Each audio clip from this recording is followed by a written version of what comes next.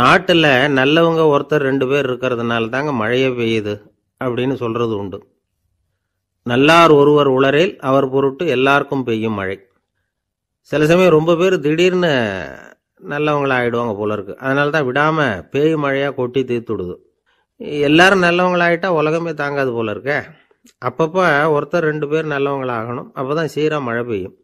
மாசத்துக்கு 3 பேர் நல்லவங்களானா மாதம் மும்மாரி பொழியும். இதெல்லாம் வேடிக்கை பேச்சு. இப்போ இதெல்லாம் ஒரு பக்கம் இருக்கட்டும். இப்போ விஷயத்துக்கு வருவோம். ஒரு கும்பல்ல நல்லவன் யாரு அப்படிங்கிறத எப்படி கண்டுபிடிக்கிறது? இதுக்கு ஒரு வேடிக்கை கதை உண்டு.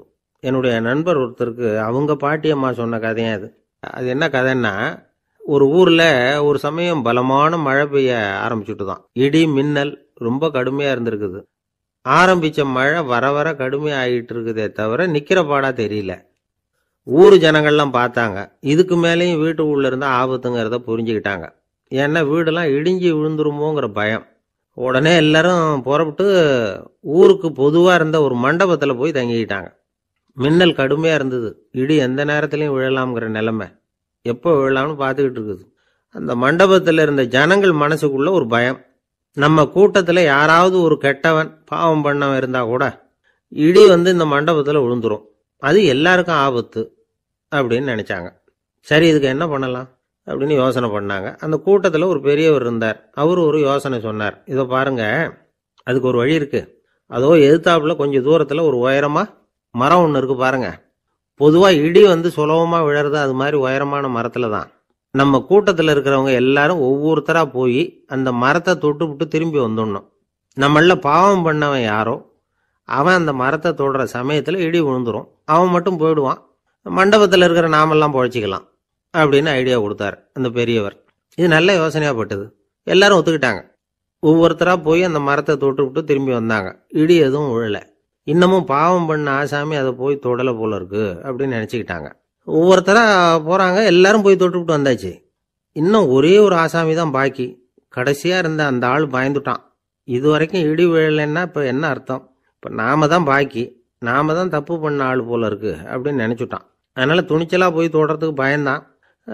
தயங்கிக்கிட்டே இருந்தான். இருந்தாலும் மற்றவங்கெல்லாம் சும்மா இருப்பாங்களா? கட்டாயப்படுத்தி கழுத்தை பிடிச்சி தள்ளாத குறையா அவனை தள்ளி விட்டாங்க. போய் தொட்டுட்டு வாடான்னு. அவன் நடுங்கிட்டே போய் அந்த மரத்தை தொட்டான். அதே வினாடி ஒரு பயங்கரமான மின்னல் இடி விழுந்துட்டுது. எங்க விழுந்தது தெரியுமா? அந்த ஆள் மேல இல்ல, மண்டபத்துல விழுந்தது. மண்டபத்துல இருந்தவங்க பூரா காலி. அந்த ஒரு ஆள் மட்டும் பொழைச்சிக்கிட்டான். இந்த ஒரு ஆளை காப்பாத்துறதுக்காக தான் இடி மண்டபத்துல விழாம இருந்திருக்குது. இதுதான் கதை. அதனால நல்லவங்க எப்படியும் தப்பிச்சுக்குவாங்க அப்படிங்கிறது ஒரு நீதி. ஒருத்தன் அப்படிதான் தெருவில் நடந்து போய்கிட்டு இருந்தான். ரொம்ப நல்லவன். எதிரில் ஒருத்தன் சைக்கிளில் வந்துகிட்டு இருந்தான். அதுல மோதி இவன் கீழே விழுந்துட்டான். சைக்கிள்காரன் உடனே இறங்கி இவனை தூக்கி விட்டான். இவன் எழுந்திரிச்சு அவனை முறைச்சி பார்த்தான். அப்படி பார்க்காதீங்க சார், நீங்க ரொம்ப புண்ணியம் பண்ணியிருக்கீங்க, அதுதான் இப்போ சைக்கிளில் மோதிக்கிட்டீங்க அப்படின்றான். என்ன அப்படி சொல்றேன் நானா? இவன் 10 நிமிஷத்துக்கு முன்னாடி நான் லாரி ஓட்டிட்டு வந்தேன், அப்போ நீங்க எதிரில் வந்திருந்தீங்கன்னா என்ன ஆயிருக்கும் அப்படின்னானா அவன்.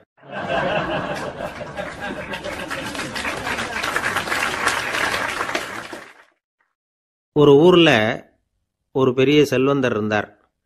பணத்துக்கு பஞ்சம் இல்லை. அதனால இந்த உலகத்துல முடியாத காரியம் எதுவும் இல்லைன்னு நினைச்சார். பணம் இருந்தாலே அந்த நினைப்பு தானா வந்துடும். அதனால இவரும் அப்படி நினைச்சதுல ஒன்றும் தப்பு இல்லை. அந்த ஊருக்கு குருநானக் ஒரு தடவை வந்தார். அவருக்கு இந்த செல்வந்தர் ரொம்ப பிரமாதமா ஒரு வரவேற்பு கொடுத்தார். ஊர் எல்லையிலேயே எங்க வீட்டுக்கு விருந்து சாப்பிட்டுட்டு போகணும்னு கேட்டுக்கிட்டார். அவரும் சரின்னு ஒத்துக்கிட்டார். உடனே தன்னுடைய பங்களாவில் ஒரு பெரிய விருந்துக்கு ஏற்பாடு பண்ணார். குருநானக்கை அழைச்சிட்டு வீட்டுக்கு போனார். உட்கார வச்சார். ஐயா, நான் இந்த ஊர்லேயே ரொம்ப பெரிய வசதி உள்ளவன். என்னால் எல்லாம் முடியும். உங்களுக்காக நான் என்ன செய்யணும்னு சொல்லுங்க. எதுவாக இருந்தாலும் பரவாயில்ல, எவ்வளவு செலவானாலும் பரவாயில்ல, என்னால் செய்ய முடியும். என்ன செய்யணும்னு சொல்லுங்க, அது போதும், நான் செய்கிறேன் அப்படின்னு நான் ரொம்ப பணிவா. இதை கேட்டதும் குருநானக் சிந்திச்சார் கொஞ்ச நேரம். அதுக்கப்புறம் தன்னோட சட்டை பைக்குள்ள கையை விட்டு ஒரு பழைய ஊசி ஒன்று எடுத்தார்.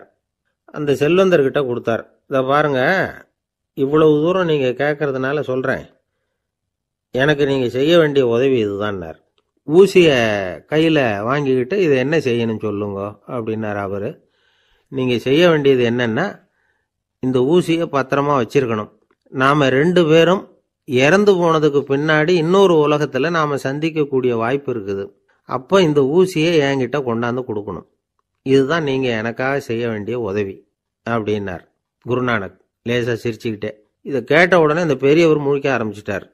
அது எப்படிங்க, நான் சாகிறப்ப எப்படி இந்த ஊசியை எடுத்துக்கிட்டு இன்னொரு உலகத்துக்கு வர முடியும்னார்.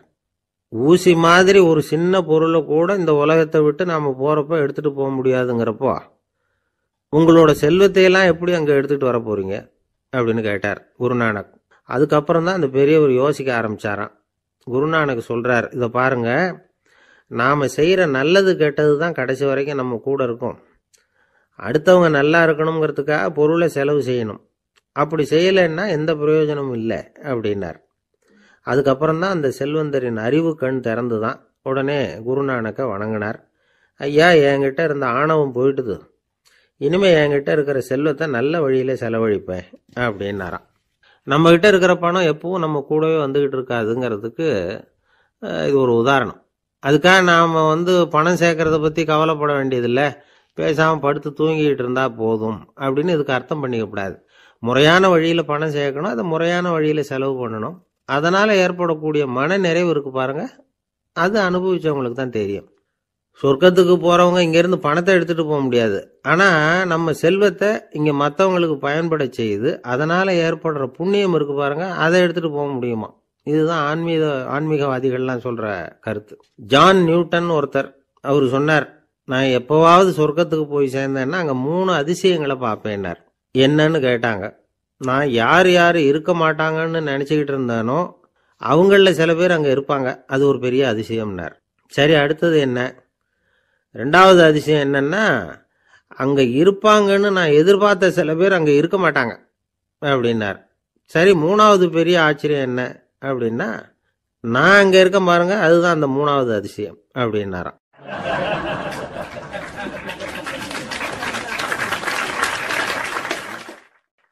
தானத்தில் சிறந்தது எது அப்படின்னு ஒரு கேள்வியை கேட்டு, தானத்தில் சிறந்தது நிதானம் அப்படின்னு அதுக்கு ஒரு பதிலும் சொல்கிறவங்க உண்டு. நிதானம் ரொம்ப அவசியம், அதுவும் இன்றைய உலகத்துக்கு ரொம்ப அவசியம். இன்றைக்கி உலகம் ரொம்ப பரபரப்பாக போய்கிட்டு இருக்குது. பொறுமையாக இருக்கணும்னு நினைக்கிறவங்களால கூட அப்படி இருக்க முடியறதில்ல. பொறுமையை சோதிக்கிறது மாதிரி பல சம்பவங்கள், அதையெல்லாம் சந்திச்சே தீர வேண்டியிருக்குது. எங்கே போனாலும் க்யூவில் நிற்க வேண்டியிருக்குது, எங்கே போனாலும் காத்துக்கிட்டு இருக்க வேண்டியிருக்கு. ஆஃபீஸ்லேயோ வீட்லேயோ கூட நீங்கள் நிதானமாக பொறுமையாக நடந்துக்க தெரியலன்னா உங்களுக்கு சிடுமூஞ்சி, முசுடு இப்படிலாம் பேர் வச்சுருவாங்க. அது உங்களுக்கு தேவையா? சரி, வாழ்க்கையில் பொறுமைசாலின்னு பேர் வாங்கிறதுக்கு என்ன வழி? முதல் பாயிண்ட், நீங்கள் நினைக்கிறது, எதிர்பார்க்கறது, செய்யறது எல்லாமே 100% கரெக்டாக நடக்கணும்னு ஆசைப்படக்கூடாது. எதுவாக இருந்தாலும் அதில் ஓரளவுக்கு தவறு நடக்கலாம் அப்படிங்கிறத எதிர்பார்த்தே இருக்கணும். ஓரளவுக்கு அதை அனுமதிக்கணும். ஒரு நண்பரை 6 மணிக்கு ஒரு இடத்துக்கு வர சொல்லியிருக்கிறீங்க, 6 மணிக்கு அவர் வரலை, உடனே பொறுமை இழந்து நடந்துக்கக்கூடாது. ஒரு 10 நிமிஷம் டிலே ஆகலாம். ஒரு வர்ற வழியில் பஸ்ஸு கூட ஏதாவது டிராஃபிக்கில் மாட்டியிருக்கலாம். அதெல்லாம் எதிர்பார்த்தே கொஞ்சம் காத்திருக்கிறதுல ஒன்றும் தப்பு இல்லை. சில சமயம் டிலே ஆகிறது கூட நல்லதாக முடியும். ஒரு பஸ்ஸை தவற விட்டுட்டு, ஐயோ கொஞ்சம் ஒரு 2 நிமிஷம் முன்னாடி வந்திருந்தா பிடிச்சிருக்கலாமே அப்படின்னு தவிச்சிக்கிட்டு இருப்பாங்க சில பேர். அடுத்தபடியாக வர்ற பஸ்ஸு நேரடியாக நீங்கள் போக வேண்டிய இடத்துக்கே கொண்டு போய் விடுற பஸ்ஸாக கூட இருக்கலாம். அது உங்களுக்கு முன்னாடி தெரியாதுல்ல. சில நெருக்கடியான சூழ்நிலைகளை தமாஷா எடுத்துக்கிறதுக்கு பழகிக்கணும். சில இடங்களுக்கு போகிறப்ப காத்திருக்கிறதுக்கு நம்ம மனசை தயார்படுத்திக்கிட்டே போகணும். ஒரு ரயிலுக்கோ பஸ்ஸுக்கோ அல்லது விமானத்துக்கோ கப்பல் பிரயாணத்துக்கோ போகிறப்போ அங்கே போய் நீங்கள் மணிக்கணக்கில் கூட காத்துக்கிட்டு தான் இருக்கணும். புறப்படுற நேரம் கூட மாறலாம். நீங்கள் போய் சேர்ந்ததும் அது உடனே புறப்படணும்னு கட்டாயமாக என்ன? அது மாதிரி சமயத்தில் படிக்கிறதுக்குன்னு சில சுவாரஸ்யமான புத்தகங்களையும் கையில் எடுத்துக்கலாம். உங்களை சுற்றி எவ்வளவோ சுவாரஸ்யமான சம்பவங்கள் நடந்துக்கிட்டு இருக்குதுல்ல, அதையெல்லாம் வேடிக்கை பாருங்கள். எதுக்காக காத்துக்கிட்டு இருக்கிறோமோ அந்த காரியத்தில் உண்மையாகவே நமக்கு ஒரு அக்கறை இருந்தால் நமக்கு போர் அடிக்காது. சில கோயில்களில் பார்த்துருப்பீங்க, தரிசனத்துக்காக பக்தர்கள் நாள் கணக்கில் காத்துக்கிட்டு இருப்பாங்க. அவங்களெலாம் அழுத்துக்கிறது இல்லை. ஆண்டவனை தரிசிக்கணுங்கிற உண்மையான அக்கறை இருக்கிறதுனால அவங்களுக்கு போர் அடிக்கிறது இல்லை. ஆனால் சில சினிமா தியேட்டரில் கூட பார்க்கலாமே, சினிமா கியூ கூட அப்படி தான். சாயந்தரம் 6 மணி ஆட்டத்துக்கு காலம்பரம் 6 மணிக்கே போய் கூட காத்துக்கிட்டு இருப்பாங்க. அவங்களுக்கெல்லாம் போர் அடிக்காது, படம் பார்க்குற ஆர்வம். இன்னொரு முக்கியமான விஷயத்தை நாம் பழக்கப்படுத்திக்கணும். லிவ் ஃபார் தி மூமெண்ட் அப்படிங்கிறாங்க நிபுணர்கள். ரொம்ப பேர் எப்படின்னா அடுத்தபடியாக நடக்க போகிற விஷயத்திலேயே கவனமாக இருப்பாங்க. அந்த நினைப்புலேயே இந்த நிமிஷத்தை பொறுமை இல்லாமல் கழிப்பாங்க. ஒருத்தர் இருக்கார், அவர் எப்படின்னா ஆஃபீஸ் முடியறதுக்குள்ளேயே சார் 5 மணிக்கெல்லாம் ரெடியாக இருங்க, நாம் அந்த ஹோட்டலில் போய் டிஃபன் சாப்பிட்ணும் அப்படின்னு 4 மணிலேருந்து சொல்லிகிட்டு இருப்பார். 4:55 பரபரப்பாக ஓடி வருவார். 2 பேரும் புறப்படுவோம், ஹோட்டலுக்கு போவோம், சாப்பிட்டுக்கிட்டு இருப்போம். அப்படி சாப்பிட்டுட்டு இருக்கிறப்ப சார் சாப்பிட்டு முடித்ததும் நேராக ஒரு ஜவுளி கடைக்கு போகிறோம் அப்படிம்பார். பரபரக்க சாப்பிட்டு முடிப்பார், புறப்படுவார். ஜவுளி கடையில் அவசரமாக சீக்கிரம் பில் போடுங்க சார், சினிமாவுக்கு நேரம் ஆகிடும்பார். சினிமா தியேட்டரில் உட்காந்து அடுத்தபடியாக எங்கே டின்னர் சாப்பிட்றதுன்னு யோசனை பண்ணிகிட்டு இருப்பார். ராத்திரி படுக்கையில் விழுந்ததுக்கு அப்புறமும் நாளைக்கு காலையில் எழுந்திரிச்சதும் அதை பண்ணணும் இதை பண்ணணும்னு திட்டம் போட்டுக்கிட்டே இருப்பார். அதாவது எப்பவும் அடுத்த நிமிஷம், அடுத்த நாள், அடுத்த வாரம், அடுத்த வருஷம், இதுதான் அவங்க சிந்தனை. இந்த நிமிஷம் என்ஜாய்மெண்ட்டை அவங்க இழந்துடுறாங்களாம். அதனால தான் வாழ்நாள் பூரா பொறுமையின்மை, அவஸ்தை, அல்லல். அதனால் நாம் எல்லாரும் வாழ்க்கையில் நிதானமாக இருக்கிறதுக்கு கற்றுக்கணுமா. அதுக்காக இந்த நிதானத்துக்கு வேறு விதமான அர்த்தம் பண்ணிக்கக்கூடாது. ஒருத்தர் அப்படித்தான் ஒரு தடவை அவருடைய குதிரை காணாமல் போயிட்டு தான். அதுக்காக அவர் கவலைப்படலை, நிம்மதியாக இருந்தார், சந்தோஷமாக இருந்தார். என்ன சார் இது, உங்கள் குதிரை திருட்டு போயிட்டுதுங்கிறீங்க, நீங்கள் கவலைப்படாமல் இருக்கிறீங்களே அப்படின்னு கேட்டாங்களாம். அதுக்கு அவர் சொல்லியிருக்கார், நல்ல வேலை சார், கட்டியிருந்த குதிரை காணாமல் போயிருக்குது. நான் அது மேலே உட்காந்துருக்கிற சமயம் அது காணாமல் போயிருந்ததுன்னா, திருட்டு போயிருந்ததுன்னா நானும் சேர்ந்துல காணாமல் போயிருப்பேன் அப்படின்னாராம். எவ்வளவு நிதானமான ஆள் பாருங்க.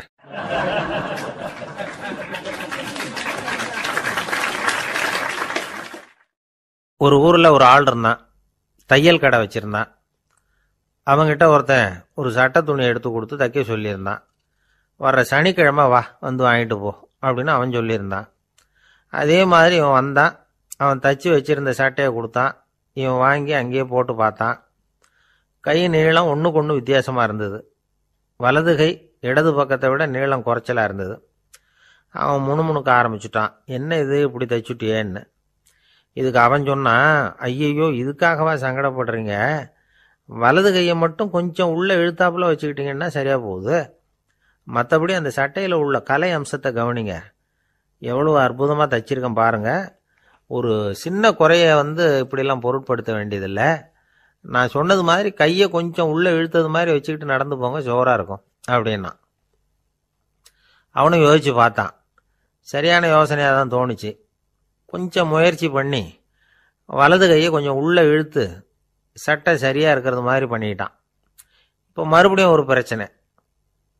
வலது கையை உள்ளே இழுத்த மாதிரி அப்படியே வச்சுக்கிட்டதும் முதுகு பக்கம் கொஞ்சம் துணி தளர்த்தியாக தொங்குறது மாதிரி தெரிஞ்சுது. என்ன இது, முதுகு பக்கம் துணி குவிஞ்சுட்டுதே, தொங்குதே அப்படின்னா மறுபடியும், அடடா இதுக்காகவா கவலைப்படுறீங்க, உடம்ப அதுக்கு தகுந்த மாதிரி கொஞ்சம் வளைச்சிக்கிட்டா சரியாக போடுது. இதுக்காக அந்த அழகான தையலை பிரித்து அதில் உள்ள கலை அம்சத்தை கெடுக்கிறதுக்கு என் மனசு இடம் தரல. எவ்வளவுக்கு தளர்த்தியாக இருக்கோ அவ்வளவுக்கு கொஞ்சம் உடம்பை வளைச்சி அப்படி குனிஞ்சது மாதிரி போங்க போதும் அப்படின்னா. அதுவும் நல்ல யோசனையாக தான் பட்டுது இவனுக்கு. சரின்னு சொல்லிவிட்டு புறப்பட்டான். தெருவில் இறங்கினான். கையை கொஞ்சம் உள்ளே இழுத்தான், உடம்பை கொஞ்சம் முன்னால் வளைச்சான், சட்டைக்கு தகுந்த மாதிரி உடம்பை பண்ணிக்கிட்டான். மெதுவாக நடந்து போகிறான். இப்போ எதிரில் இன்னொருத்தன் வரான். இவனை பார்க்குறான். இவன் போட்டிருக்கிற சட்டையை பார்க்குறான். ஆஹா அற்புதம்ங்கிறான். சும்மா சொல்லப்படாது, ரொம்ப நல்லா இருக்குது, நிச்சயமாக இது இந்த ஊர் மேலே தெருவில் இருக்கிற ஒருத்தன் இருக்கானே, அவன் தைச்சதாக தான் இருக்கணும் அப்படின்னா. இதை கேட்டதும் அவனுக்கு ஆச்சரியம். எப்படி அவ்வளவு கரெக்டாக கண்டுபிடிச்சிங்க அப்படின்னு கேட்டிருக்கான்.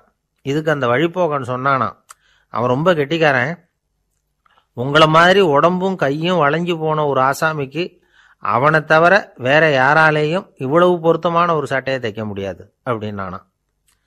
பாருங்க, அவனுக்காக இவன் அனுசரிக்க போய் இவனோட நிலைமை எப்படி ஆயிட்டுது பாருங்க.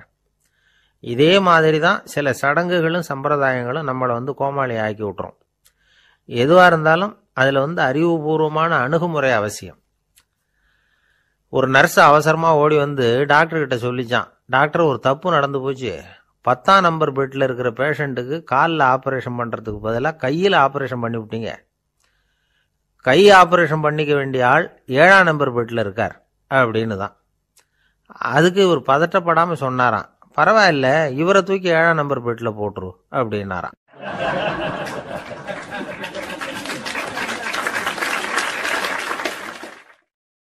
எனக்கு தெரிஞ்ச ஒருத்தர் இருக்கார். அவரு ஒரு பெரிய காவல்துறை அதிகாரி, ரொம்ப கண்டிப்பானவர். அவரை கண்டாவே எல்லாரும் பயப்படுவாங்க. அப்படிப்பட்டவர் வீட்டுக்கு போனா அப்படியே அடியோட மாறிடுவார். அங்க போய் பாத்தீங்கன்னா குழந்தைகளோட குழந்தையா அவர் விளையாடிட்டு இருப்பார். அலுவலக சமயத்துல பாத்தீங்கன்னா குதிரை முதுகுல அவர் உட்கார்ந்துருப்பார். வீட்டுல பாத்தீங்கன்னா அவர் முதுகுல குழந்தை உட்காந்துருக்கும். அவரு குதிரை மாதிரி போயிட்டு இருப்பார். இது எப்படிங்க முடியுது உங்களால அப்படின்னு கேட்டாங்க. அது ஒண்ணுமில்ல, இங்க வீட்டுக்கு வந்த உடனே என்னோட மனசை தனியா எடுத்து வச்சிருவேன் அப்படின்னார். அது என்னங்க உங்க சட்டப்பையிலியா இருக்குது மனசு, அது தனியா எடுத்து வைக்கிறதுக்கு அப்படின்னு கேட்டாங்க. அப்படி இல்லைங்க, இது ஒரு பயிற்சி, மனப்பயிற்சி, அவ்வளவுதான் அப்படின்னார். இப்படி சமயம் பார்த்து மனசை தனியா வச்சுட தெரிஞ்சவங்க வாழ்க்கையில எப்பவும் உற்சாகமா இருப்பாங்க அப்படிங்கிறது பெரியவங்க கருத்து. ஒரு டாக்டர் ஆஸ்பத்திரியில் இருக்கிற வரைக்கும் டாக்டரா இருக்கலாம். அவர் மனைவிகிட்டையும் அவர் டாக்டரா இருக்க வேண்டிய அவசியம் இல்லை. ஒரு வக்கீல் கோர்ட்ல இருக்கிற வரைக்கும் வக்கீலா இருக்கலாம். வீட்டுக்கு வந்ததுக்கு அப்புறமும் வக்கீலா இருக்க வேண்டிய அவசியம் கிடையாது. வீட்டுல குழந்தைகள்கிட்ட விளையாடும் பொழுதும் அதுகள்கிட்ட ஃபீஸ் கேட்டுக்கிட்டு இருக்கக்கூடாது. நாம எப்படி இருக்கணும்னு பெரியவங்க சொல்றாங்கன்னா, மனசோட சேரப்படாதான். அப்படி சேராம வாழ்க்கையை கவனிக்கணுமா. மனசை அப்படியே தனியா எடுத்து பக்கத்துல வச்சுடணும். அப்படின்னா அதை அப்படியே தூக்கி எறிஞ்சுடு அப்படின்னு அர்த்தம் இல்லை. ஏன்னா மனசுங்கிறது நமக்கு உபயோகப்படக்கூடிய ஒண்ணுதான். எப்போ அது தேவையோ அப்பப்போ எடுத்து உபயோகப்படுத்திக்கணும்.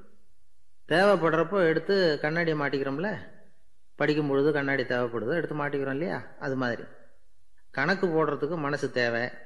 கடைக்கு போய் ஒரு பொருள் வாங்குறோம், காசு கொடுக்குறோம், மீதி சில்லறை சரியா இருக்கா அப்படின்னு எண்ணி பார்த்து வாங்க வேண்டியிருக்கு. அந்த சமயத்துல மனசை எடுத்து தனியா வச்சுட்டேன் அப்படின்னு சொல்லிட்டு இருக்கக்கூடாது. பரீட்சைக்கு படிக்க வேண்டியிருக்குது, படிச்சதையெல்லாம் அப்படியே நினைவில் வச்சுக்க வேண்டியிருக்கு. அந்த சமயத்துல மனசை தூக்கி எறிஞ்சுட்டேன் சார் அப்படின்னு சொல்லிட்டு இருக்கக்கூடாது. அப்படி சொன்னா பரீட்சை நம்மளை தூக்கி எறிஞ்சிடும். அதனால தேவைப்படுறப்போ மனசை உபயோகப்படுத்தணும், தேவையில்லாதப்போ அதை தனியா ஓய்வு எடுத்துக்க விட்டுடணும். இப்படி நாம பழக்கப்படுத்திக்கிட்டா வாழ்க்கைங்கிறது நமக்கு புதுசா தெரியுமா. மனசுக்கும் ஒரு சக்தி கிடைக்கும். எந்திரங்களுக்கு ஓய்வு கொடுக்குற மாதிரி மனசுக்கும் ஓய்வு கொடுக்கணும், இல்லைன்னா அது களைச்சு போயிடும். குழந்தைகள் மனசை சுமந்துகிட்டு இருக்கிறது இல்லை. இது முதியவர்கள் குழந்தைகள் கிட்டே இருந்து கத்துக்க வேண்டிய ஒரு பாடம். ஆனாலும் இந்த கால குழந்தைகள் கிட்ட ரொம்ப எச்சரிக்கையா இருக்க வேண்டியிருக்கு. ஒரு தாத்தாவும் பேரனும் விளையாடிக்கிட்டு இருக்கிறாங்க. தாத்தா, எனக்கு சைக்கிள் ஓட்ட கத்து கொடு அப்படிங்கிறான் பேரன். சைக்கிள் உயரம் கூட இல்லை, அதுக்குள்ள சைக்கிள் ஓட்டணுமா அப்படின்னாரு தாத்தா. ஏன் தாத்தா, ரயில் ஓட்டுறாரே, அவர் என்ன ரயில் நீளமா இருக்கார் அப்படின்னு கேட்டானா அந்த பையன். ஒரு ஊர்ல ஒரு சித்தர் இருந்தார், சூஃபி சித்தர். அவர் ஞானம் பெற்ற ஒரு சித்தர். ஒரு நாள் அந்த நாட்டு மன்னன் அவரை பார்க்கறதுக்காக வந்தான். என்ன வேணும் உனக்குன்னு கேட்டார். நான் கடவுளை பார்க்கணும், அதுக்கு நீங்க தான் உதவி பண்ணணும் அப்படின்னா அவன். சித்தர் கொஞ்சம் யோசனை பண்ணார். சரி, போயிட்டு நாளைக்கு வாடினார். அதே மாதிரி மன்னன் போயிட்டு அடுத்த நாள் வந்தான். இங்க நீ என்னோட ஒரு வாரம் தங்கி இருக்க வேண்டியிருக்கும்னார். சரின்னா ஒரு பிச்சை பாத்திரத்தை தூக்கி கையில கொடுத்தார். அவனுக்கு ஒன்றும் புரியல, இருந்தாலும் வாங்கிட்டான். வாங்கிட்டு இதை என்ன செய்யணும் அப்படின்னு கேட்டான். இதை ஒன்றும் செய்ய வேணாம், இதை எடுத்துக்கிட்டு பக்கத்துல உள்ள கிராமங்களுக்கு போ, வீடு வீடா பிச்சை எடுத்துக்கிட்டு வா. அப்படி வந்த பிறகுதான் உனக்கு சாப்பாடும் ஓய்வும் கிடைக்கும். ஒரு வாரம் இப்படி செய், அதுக்கப்புறம் 8வது நாள் நாம கடவுளை பத்தி யோசிக்கலாம் அப்படின்னார். இப்படி ஒரு சொன்னதை கேட்டதும் அந்த அரசனுக்கு அதிர்ச்சி ஆயிட்டுது. ஒரு மாதிரி ஆயிட்டான். தன்னுடைய சொந்த நாட்டுல சொந்த குடிமக்கள் கிட்ட போய் பிச்சை எடுக்கிறதா அப்படின்னு யோசனை பண்ணி பார்த்தான். அதுக்கப்புறம் மெதுவா அவன் அந்த சித்தரை பார்த்தான். ஐயா, சொந்த நாட்டிலேயே பிச்சை எடுக்கிறதுன்னா எனக்கு ஒரு மாதிரியா இருக்கு, வெக்கமா இருக்கு. நான் வேணும்னா வெளி தேசத்துல எங்கேயாவது போய் பிச்சை எடுக்கவா அப்படின்னு கேட்டான். இதுக்கு அந்த சித்தர் ஒரு சம்மதிக்கல. இதோ பாரு, உன்னால பிச்சை எடுக்க முடியலன்னா பேசாம திரும்பி அரண்மனைக்கே போயிடு.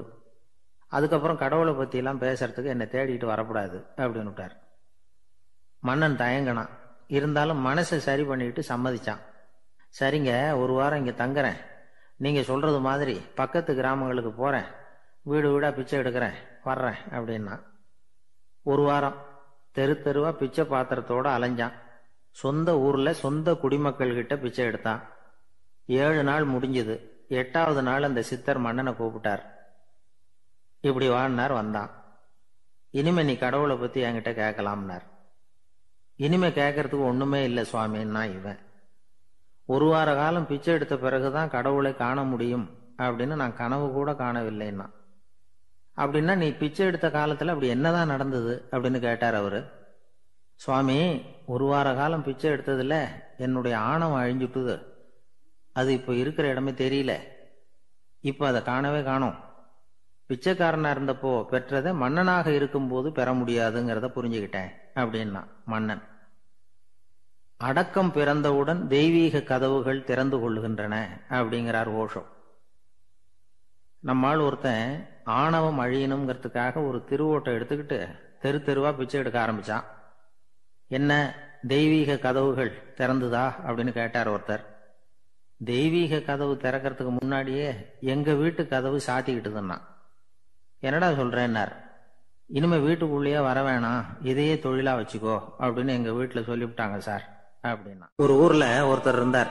ரொம்ப நல்லவர். யாருக்காவது ஏதாவது கொடுத்துக்கிட்டே இருப்பார். கொடையாளி. தினமும் யாராவது ஒருத்தருக்கு ஏதாவது கொடுக்கலன்னா அவருக்கு தூக்கம் வராது. அப்படி ஒரு பழக்கம். அது மட்டும் இல்லை, அவர் கொடுக்கறது அடுத்தவங்களுக்கு தெரியாது. அவ்வளவு ரகசியமா அதை கொடுப்பார்.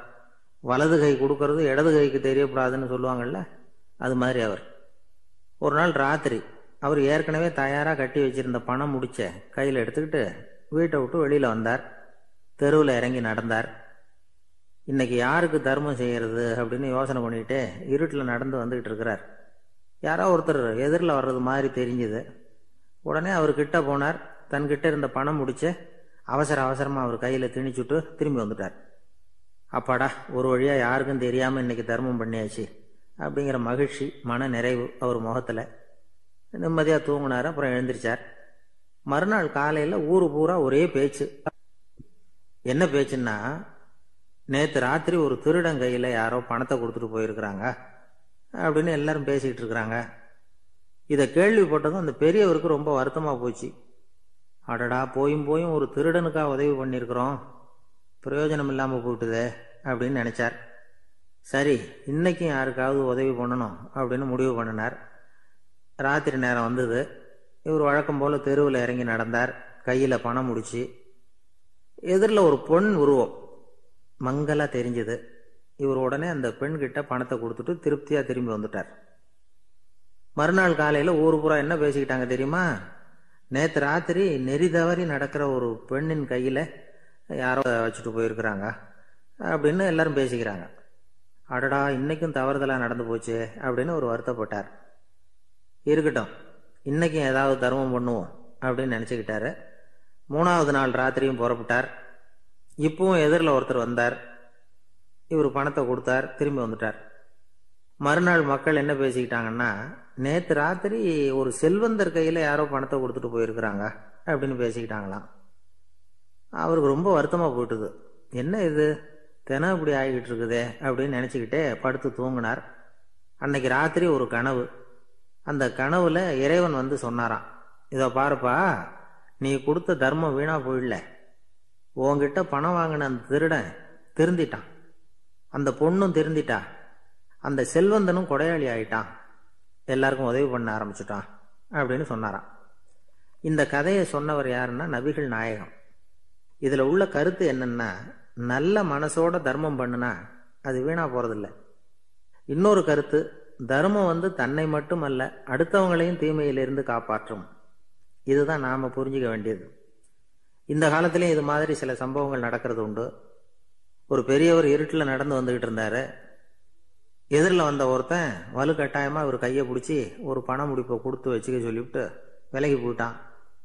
பெரியவருக்கு ஆச்சரியம், இந்த காலத்திலயும் இப்படி வலது கை கொடுக்கறது இடது கைக்கு தெரியக்கூடாதுன்னு நினைக்கிற கொடையாளிகள் உண்டு போல இருக்கு அப்படின்னு யோசனை பண்ணிக்கிட்டே நடந்தார். கொஞ்ச தூரம் போயிருப்பாரு. அதுக்குள்ள அதே ஆள் திரும்பி வந்தான். கொடுத்த பண முடிப்பை திருப்பி கொடுங்க அப்படின்னு கேட்டு வாங்கிட்டான். இவருக்கு ஒன்றும் புரியல. ஏன் இப்படி பண்றேன்னார். அது ஒன்றும் இல்லைங்க, கொஞ்ச நேரம் இதை உங்ககிட்ட கொடுத்து வச்சிருந்தேன், அவ்வளவுதான் அப்படின்னா. ஏன்னு கேட்டார். என்னை பின்னாடி போலீஸ் தேடிக்கிட்டு வந்துகிட்டு இருக்குது, அதுதான் அப்படி பண்ணேன். இப்போ போயிட்டு இனிமே ஒன்றும் பயமில்லை அப்படின்னு சொல்லிவிட்டு அவன் பாட்டுக்கு நடந்து போறான். ஜெருசலேம், அங்க உள்ள ஒரு தேவாலயம். அதுல உள்ள பலிபீடத்தின் முன்னாடி ஒரு பெட்டி உண்டு. அது காணிக்கை பெட்டி. ஆலயத்துக்கு வர்றவங்க பிரார்த்தனை பண்ணிவிட்டு திரும்பி போற சமயத்துல அந்த பெட்டியில காணிக்கை போடுவாங்க. அவங்களால எவ்வளவு முடியுமோ அவ்வளவு போடுறது வழக்கம். அவங்கவுங்க வசதிக்கு தகுந்த மாதிரி போடுவாங்க. வசதி உள்ளவங்களா இருந்தாலும் சரி, வசதியே இல்லாத வறியவர்களா இருந்தாலும் சரி, ஆலய காணிக்கை பெட்டியில காசு போடுறது அவங்களுக்கு ரொம்ப பெருமையான ஒரு செயல். ஒரு சமயம் இயேசு தம்முடைய சீடர்களோடு அந்த ஆலயத்துக்கு வர்றார். அங்க உட்காந்து ரொம்ப நேரம் வழிபாடு பண்ணிட்டு இருக்கிறார். சீடர்களும் அந்த ஜபத்துல கலந்துக்கிட்டாங்க. வழிபாடு முடிஞ்சுது. இயேசு உட்கார்ந்துருக்கிறார்.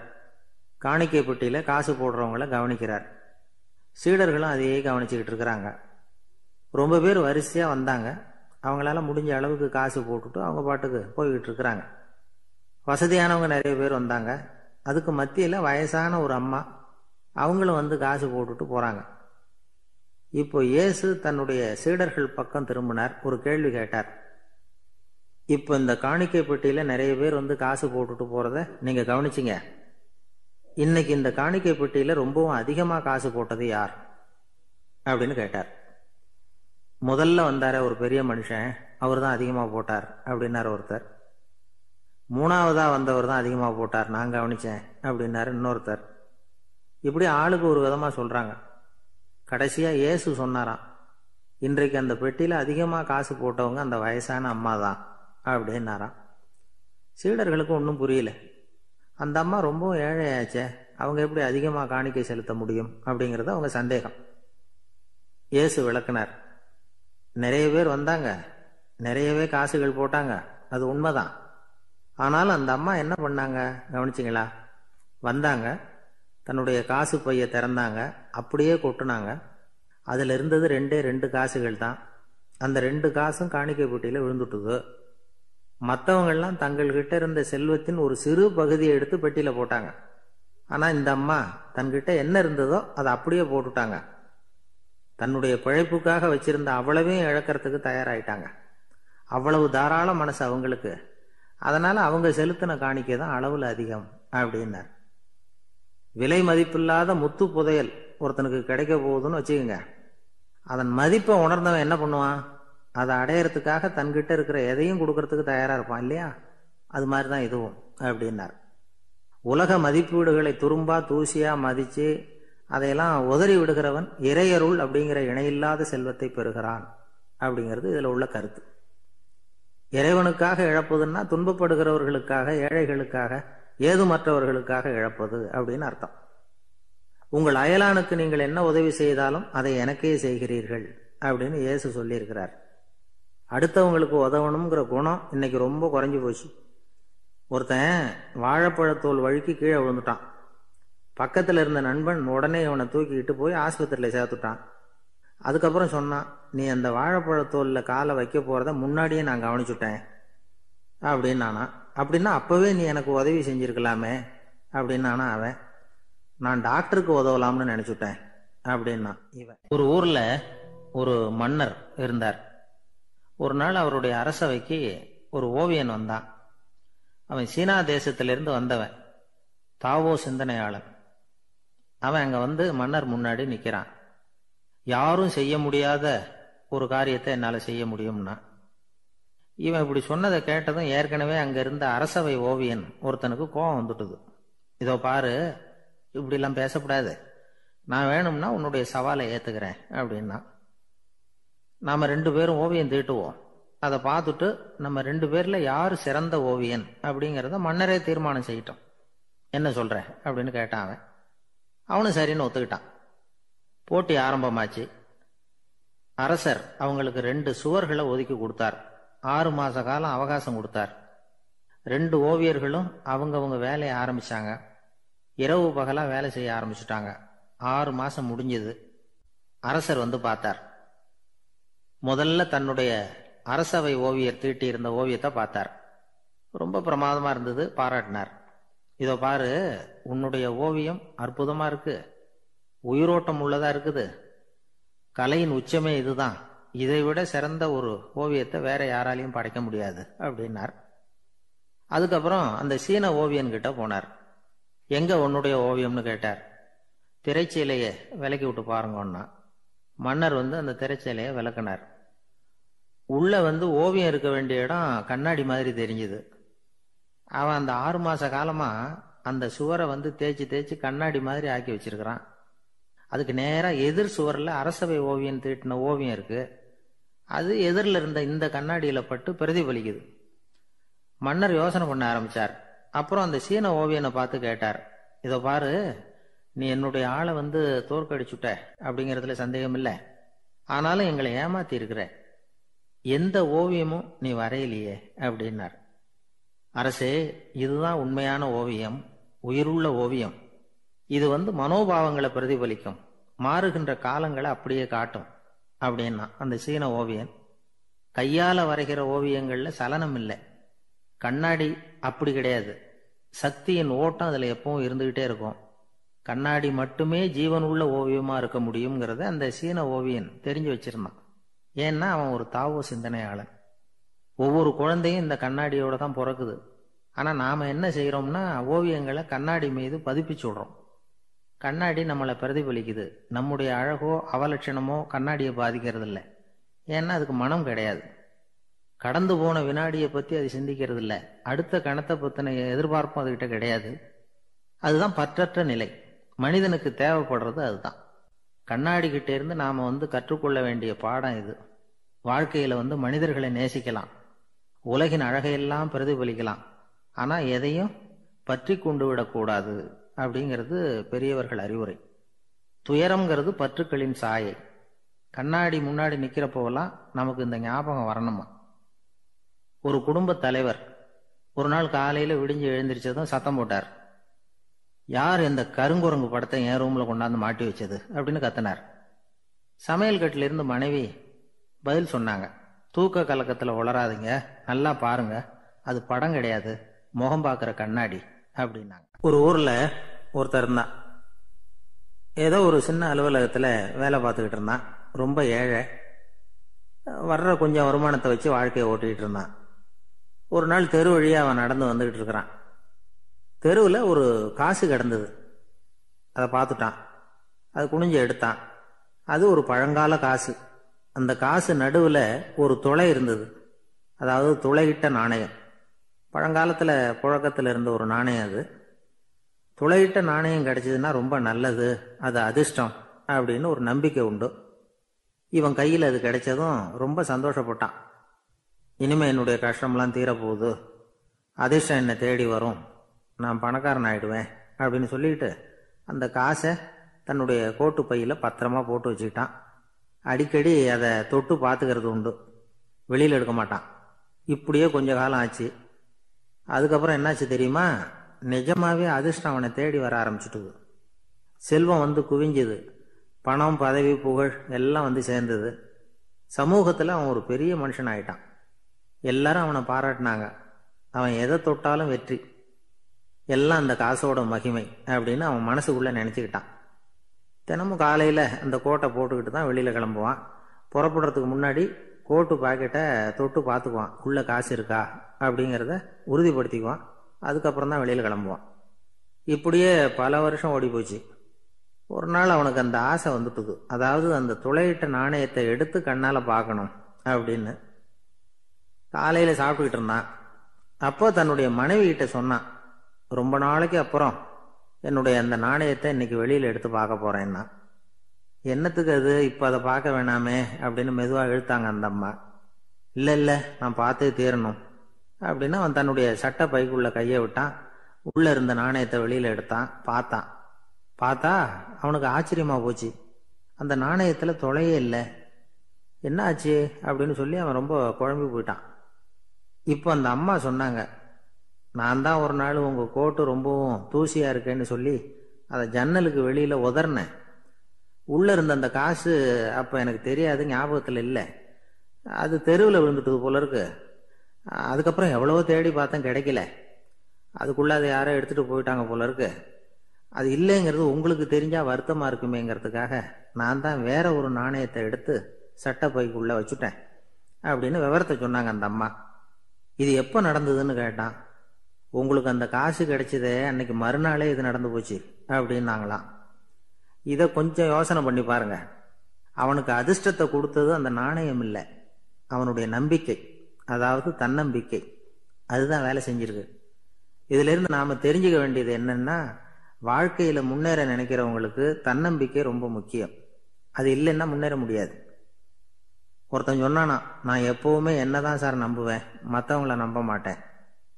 நேற்றுக்கு பாருங்க, திடீர்னு 10 பேர் என்ன அடிக்க வந்துட்டாங்க, நான் ஒருத்தனாவே அதை சமாளித்தேன் அப்படின்றான் ரொம்ப பெருமையா. அது எப்படின்னு கேட்டாங்களாம். ஒரே ஓட்டமாக அங்கேருந்து ஓடி வந்துட்டேன் அப்படின்னு நானா. ஒரு நாள் ஒரு நண்பரை சந்தித்தேன். உங்கள் வீடு எதுன்னு உங்களுக்கு தெரியுமா சார்ன்னு. அவர் என்ன ஒரு மாதிரியாக பார்த்தார். அப்புறம் சொன்னார், தெரியும் அப்படின்னாரு. சரி, உங்கள் தொலைபேசி எண் உங்களுக்கு தெரியுமான்னு. அதுவும் தெரியும்னார். உங்கள் மனைவி மக்கள் யார் யாருன்னு உங்களுக்கு தெரியுமான்னு கேட்டேன். என்ன ஒரு மாதிரியாக பார்த்தார். அப்புறம் சொன்னார், அதுவும் தெரியும் சார் அப்படின்னார். சரி, நீங்கள் யாருன்னு உங்களுக்கு தெரியுமான்னு கேட்டேன். இப்போ தான் அவர் முழிக்க ஆரம்பித்தார். அவர் மட்டும் அப்படி இல்லை, நாம் எல்லாருமே அப்படி தான். எதிரில் நிற்கிறது யாருங்கிறது தெரியும், நாம் யாருன்னு நமக்கு தெரியாது. உண்மையிலேயே நாம் யார்? இந்த கேள்விக்கான பதிலை தான் வாழ்க்கை பூரா நாம் தேடிட்டு இருக்கிறோம். புத்தர் என்ன சொல்றாரு தெரியுமா? நீங்க கடவுளை பத்தி கவலைப்பட தேவையில்லை, உங்களை பத்தின கவலை உங்களுக்கு இருந்தா போதும் அப்படிங்கிறார். நான் யார், எனக்கு ஏன் இந்த கவலை அப்படின்னு உங்களை நீங்களே கேட்டுக்குங்க அப்படிங்கிறார். நாம ஏன் கடவுளை படைச்சோம்? அது ஒரு நழுவல் முயற்சியாம், அதாவது தன்னிடமிருந்து தானே தப்பிக்கிற ஒரு முயற்சியாம். இப்படிதான் அதை சொல்றாங்க அறிஞர்கள்லாம். மக்கள் பொய்யான பிரச்சனைகள்ல ஆர்வமா இருக்கிறாங்க, அதுக்கு தீர்வு காணவும் முயற்சி பண்றாங்க. கடவுளை பத்தி விவாதிக்க எல்லாருக்கும் விருப்பம், தன்னுடைய சுயம் பற்றிய பிரஜையே இருக்கிறது இல்ல. ஆகக்கூடிய விஷயம் என்னன்னா, கடவுள் சமாளிப்புக்கு பயன்படுத்தப்படுகிறார். மனவியல் என்ன சொல்லுது தெரியுமா? கடவுள், சொர்க்கம், மறுபிறவி இதை பத்தி எல்லாம் பேச ஆரம்பிக்கிறவங்க யார் தெரியுமா? போருக்கு போறவன், துன்பத்துல சிக்கி கஷ்டப்படுறவன், நோய் படுக்கையில விழுந்தவன், இவங்க தான்.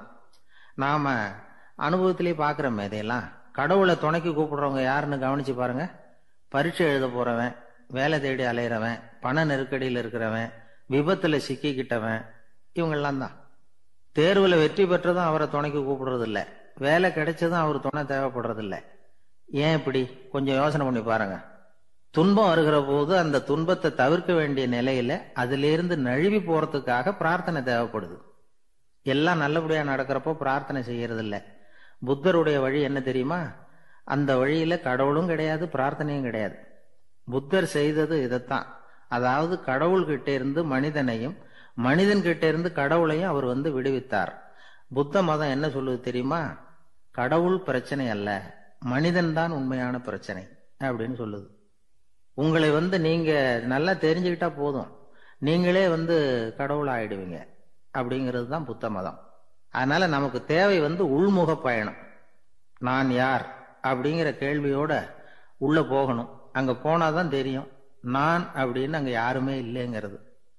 இதெல்லாம் புத்தர் சொல்லுகிற ஒரு தத்துவம். தத்துவம்னு சொன்னாவே நமக்கெல்லாம் அதை புரிஞ்சுக்கிறது கஷ்டம்தான். நம்ம பொறுத்த வரைக்கும் தத்துவம்ங்கிறதுல 2 வகை உண்டு.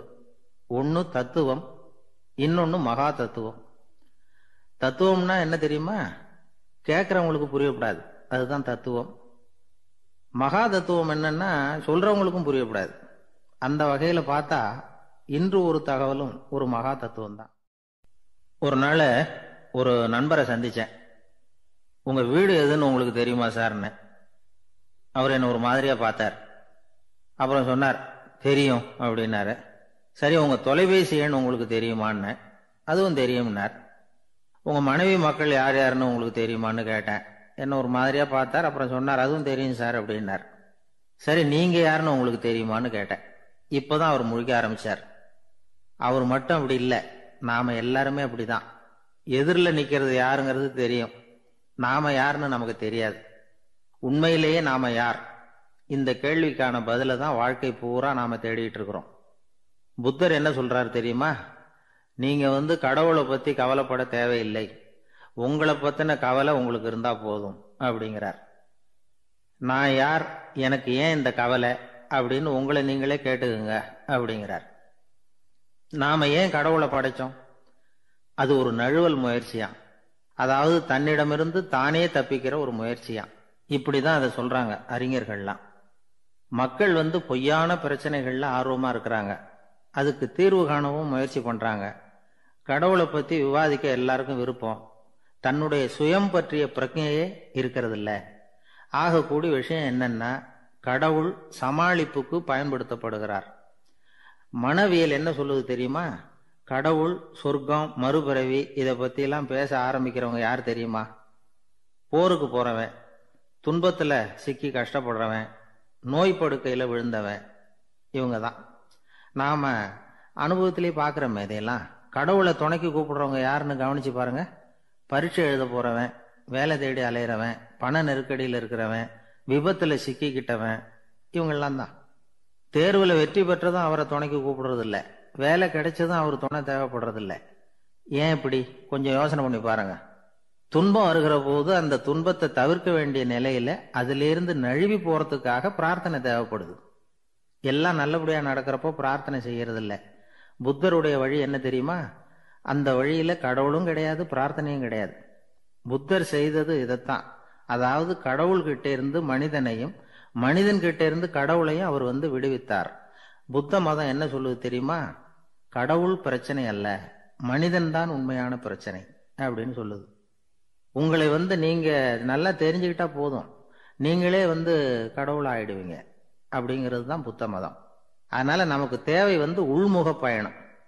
நான் யார் அப்படிங்கிற கேள்வியோட உள்ள போகணும். அங்க போனாதான் தெரியும் நான் அப்படின்னு அங்க யாருமே இல்லைங்கிறது. இதெல்லாம் புத்தர் சொல்லுகிற ஒரு தத்துவம். தத்துவம்னு சொன்னாவே நமக்கெல்லாம் அதை புரிஞ்சுக்கிறது கஷ்டம்தான். நம்ம பொறுத்த வரைக்கும் தத்துவம்ங்கிறதுல 2 வகை உண்டு. ஒன்று தத்துவம், இன்னொன்று மகா தத்துவம். தத்துவம்னா என்ன தெரியுமா? கேட்கறவங்களுக்கு புரியப்படாது, அதுதான் தத்துவம்.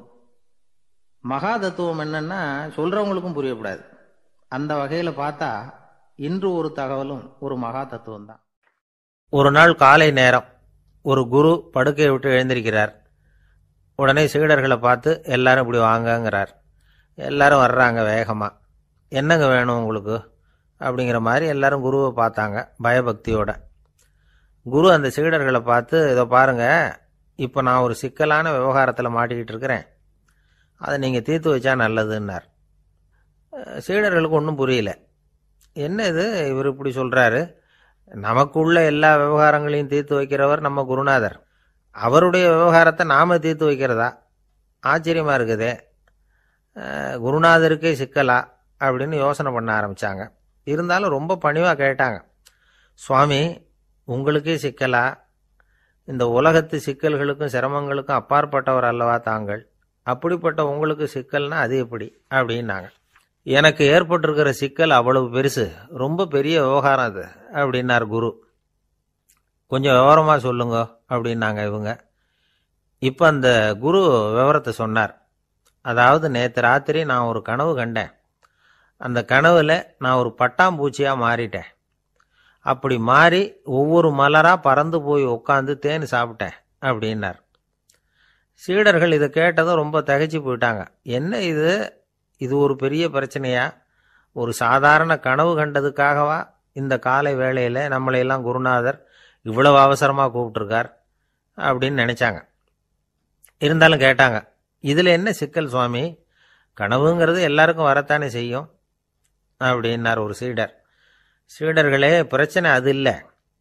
நான் இன்னைக்கு காலையில் கண்ணு முழிச்சு பார்த்தப்போ நான் நானாக மறுபடியும் மாறிட்டேங்கிறத தெரிஞ்சுக்கிட்டேன்.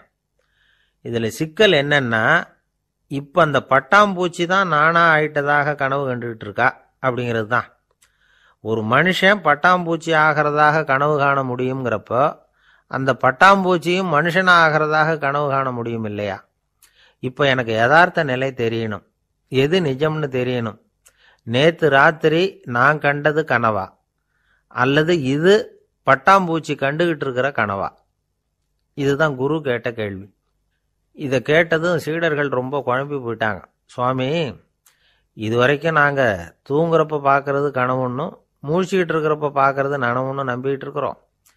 இப்போ எங்களை ரொம்ப குழப்பிட்டீங்க, இதுக்கு பதில் சொல்ல எங்களுக்கு சக்தி இல்லை அப்படின்னு சொல்லிவிட்டாங்களாம். அதுக்கப்புறம் அந்த குரு சொன்னாராம், நினைவு தான் முக்கியமான அம்சம், முடிவு கட்டம்னா பகலின் நினைவுகளை விட இரவின் கனவுகளே ரொம்ப உண்மை. ஒருத்தன் தூங்க போனால் தூங்கிக்கிட்டே இருந்தால் அவன் காணும் கனவு பொய்ங்கிறத அவன் உணர மாட்டான். ஒவ்வொரு கனவும் காணும் பொழுது அது ரொம்ப உண்மையாக தான் தெரியுது. ஒரு கனவு கூட உண்மை இல்லைன்னு கனவுல தோன்றுவதே இல்லை அப்படின்னார் குரு.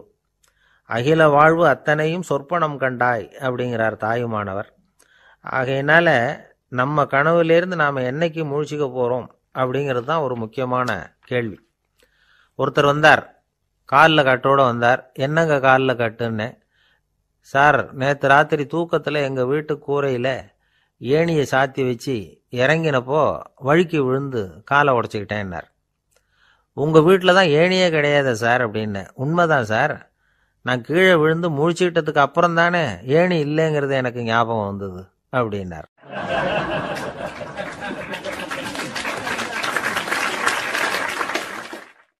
ஒரு ஊரில் ஒரு குரு இருந்தார், ஜென் குரு. அவரை தேடிட்டு ஒரு மன்னர் வந்தார். வந்தவர் ஜப்பான் மன்னர். தோட்டக்கலையை பற்றி தெரிஞ்சுட்டு போகிறதுக்காக அவர் வந்தார். எப்படி தோட்டம் அமைக்கிறது அப்படிங்கிறத பற்றி அந்த குரு விவரமாக சொல்லி கொடுத்தாரு. ஒரு நாள் 2 நாள் இல்லை, 3 வருஷம் கற்றுக் கொடுத்தார். அதுக்கப்புறம் சொன்னார், நான் கற்றுக் கொடுத்துட்டேன், இனிமேல் நீங்கள் போகலாம், போய் தோட்டம் அமைக்கலாம். அதுதான் உங்களுக்கு பரீட்சை. தோட்டம் அமைச்ச பிறகு சொல்லி அனுப்புங்க, நான் வந்து பார்க்குறேன். நீங்கள் இங்கே என்னவெல்லாம் கற்றுக்கிட்டீங்களோ அதையெல்லாம் அங்கே செயல்முறையில் செஞ்சு காட்டுங்க அப்படின்னு சொல்லி அனுப்பி வச்சார். மன்னர் போனார். அரண்மனைக்கு பக்கத்திலேயே ஒரு பெரிய தோட்டத்தை உண்டு பண்ணினார். அழகான மரங்களையும் செடிகளையும் உருவாக்கினார். கிட்டத்தட்ட 1000 தோட்டக்காரர்களை பயன்படுத்தி 3 வருஷங்கள் முயற்சி பண்ணி அந்த அழகான தோட்டத்தை உருவாக்கினார். குருகிட்ட இருந்து செய்தி வந்தது, நாளைக்கு வந்து தோட்டத்தை பார்க்குறேன் அப்படின்னு. மன்னர் உடனே சுறுசுறுப்பாயிட்டார். முதல் நாளே தோட்டத்தை சுத்தப்படுத்தினார். ராத்திரி பூரா யாரும் தூங்கலை. எல்லாருக்கும் தோட்டத்தை ஒழுங்குபடுத்துகிற வேலை. அது அந்தந்த இடத்துல ஒழுங்காக இருக்குதா அப்படின்னு சரி பார்த்தாங்க. ஒரு தவறும் இல்லாத வகையில் அதை ஒழுங்குபடுத்தினாங்க. மறுநாள் குரு வந்தார், தோட்டத்தை பார்த்தார். அவருக்கு கோபம் வந்துட்டுது. மன்னருக்கு ஆச்சரியம், எப்பவும் சிரிச்சுக்கிட்டே இருக்கிறவர் இப்போ எப்படி இருக்கிறாரே அப்படின்னு.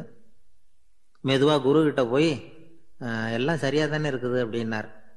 எல்லாம் சரிதான், ஆனாலும் எங்கே அந்த பொன்னிற காற்று அப்படின்னார். உதிர்ந்த இலைகள், பொன் மஞ்சள் நிற இலைகள் காற்றில் அப்படி புரண்டு ஓடுவதை நான் பார்க்க முடியவில்லையே அப்படின்னாராம்.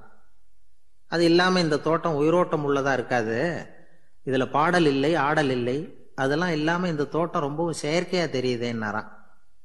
மன்னர் இப்போதான் யோசனை பண்ணார். கீழே கிடந்த காஞ்சி போன இலைகள் மட்டும் இல்லை, மரத்தில் இருந்த காஞ்சி போன இலைகளையும் அப்புறப்படுத்தி சுத்தமாக வச்சிருக்கிறார்.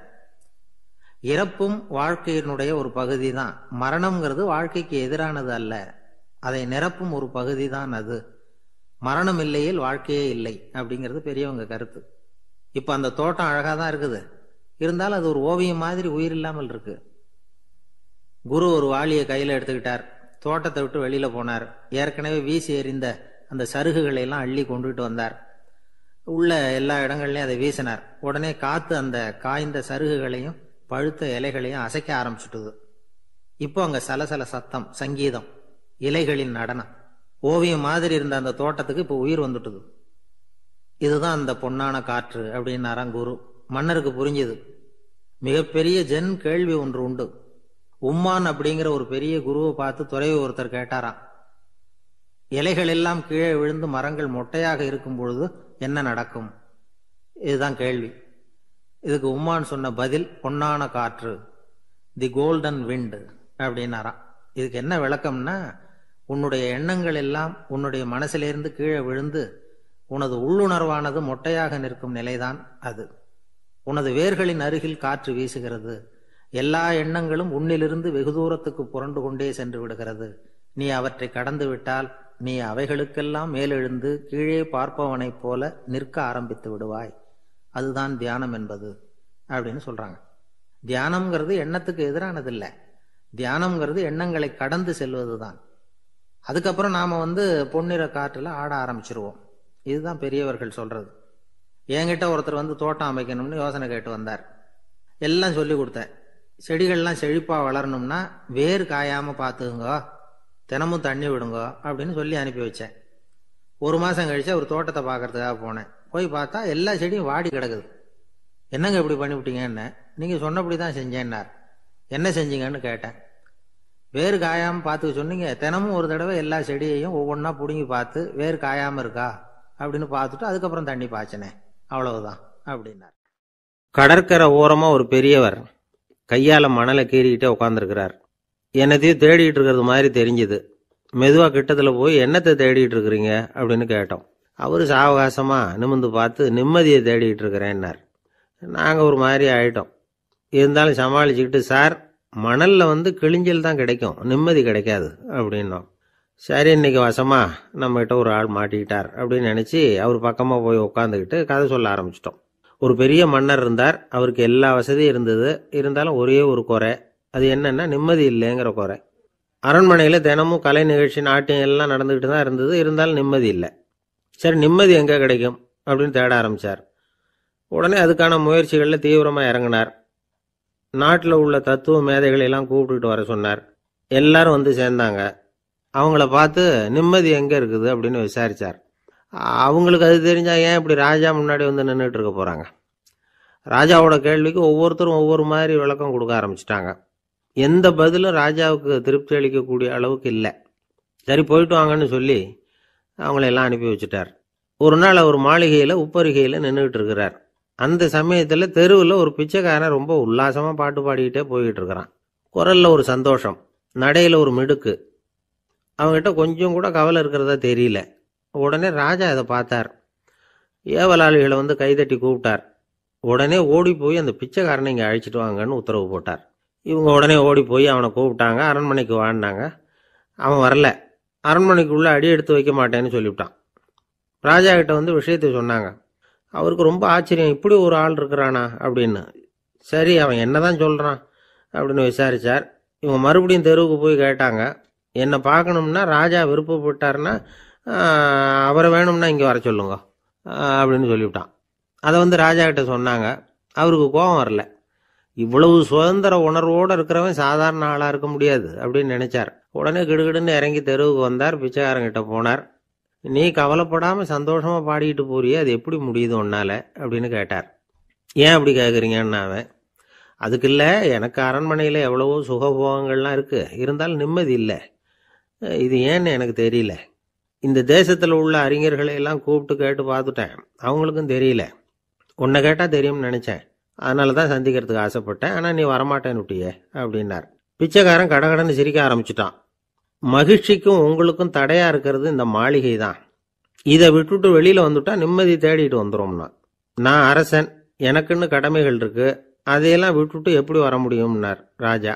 ரெண்டும் ஒரே நேரத்தில் கிடைக்கணுங்கிறது முடியாத காரியம்.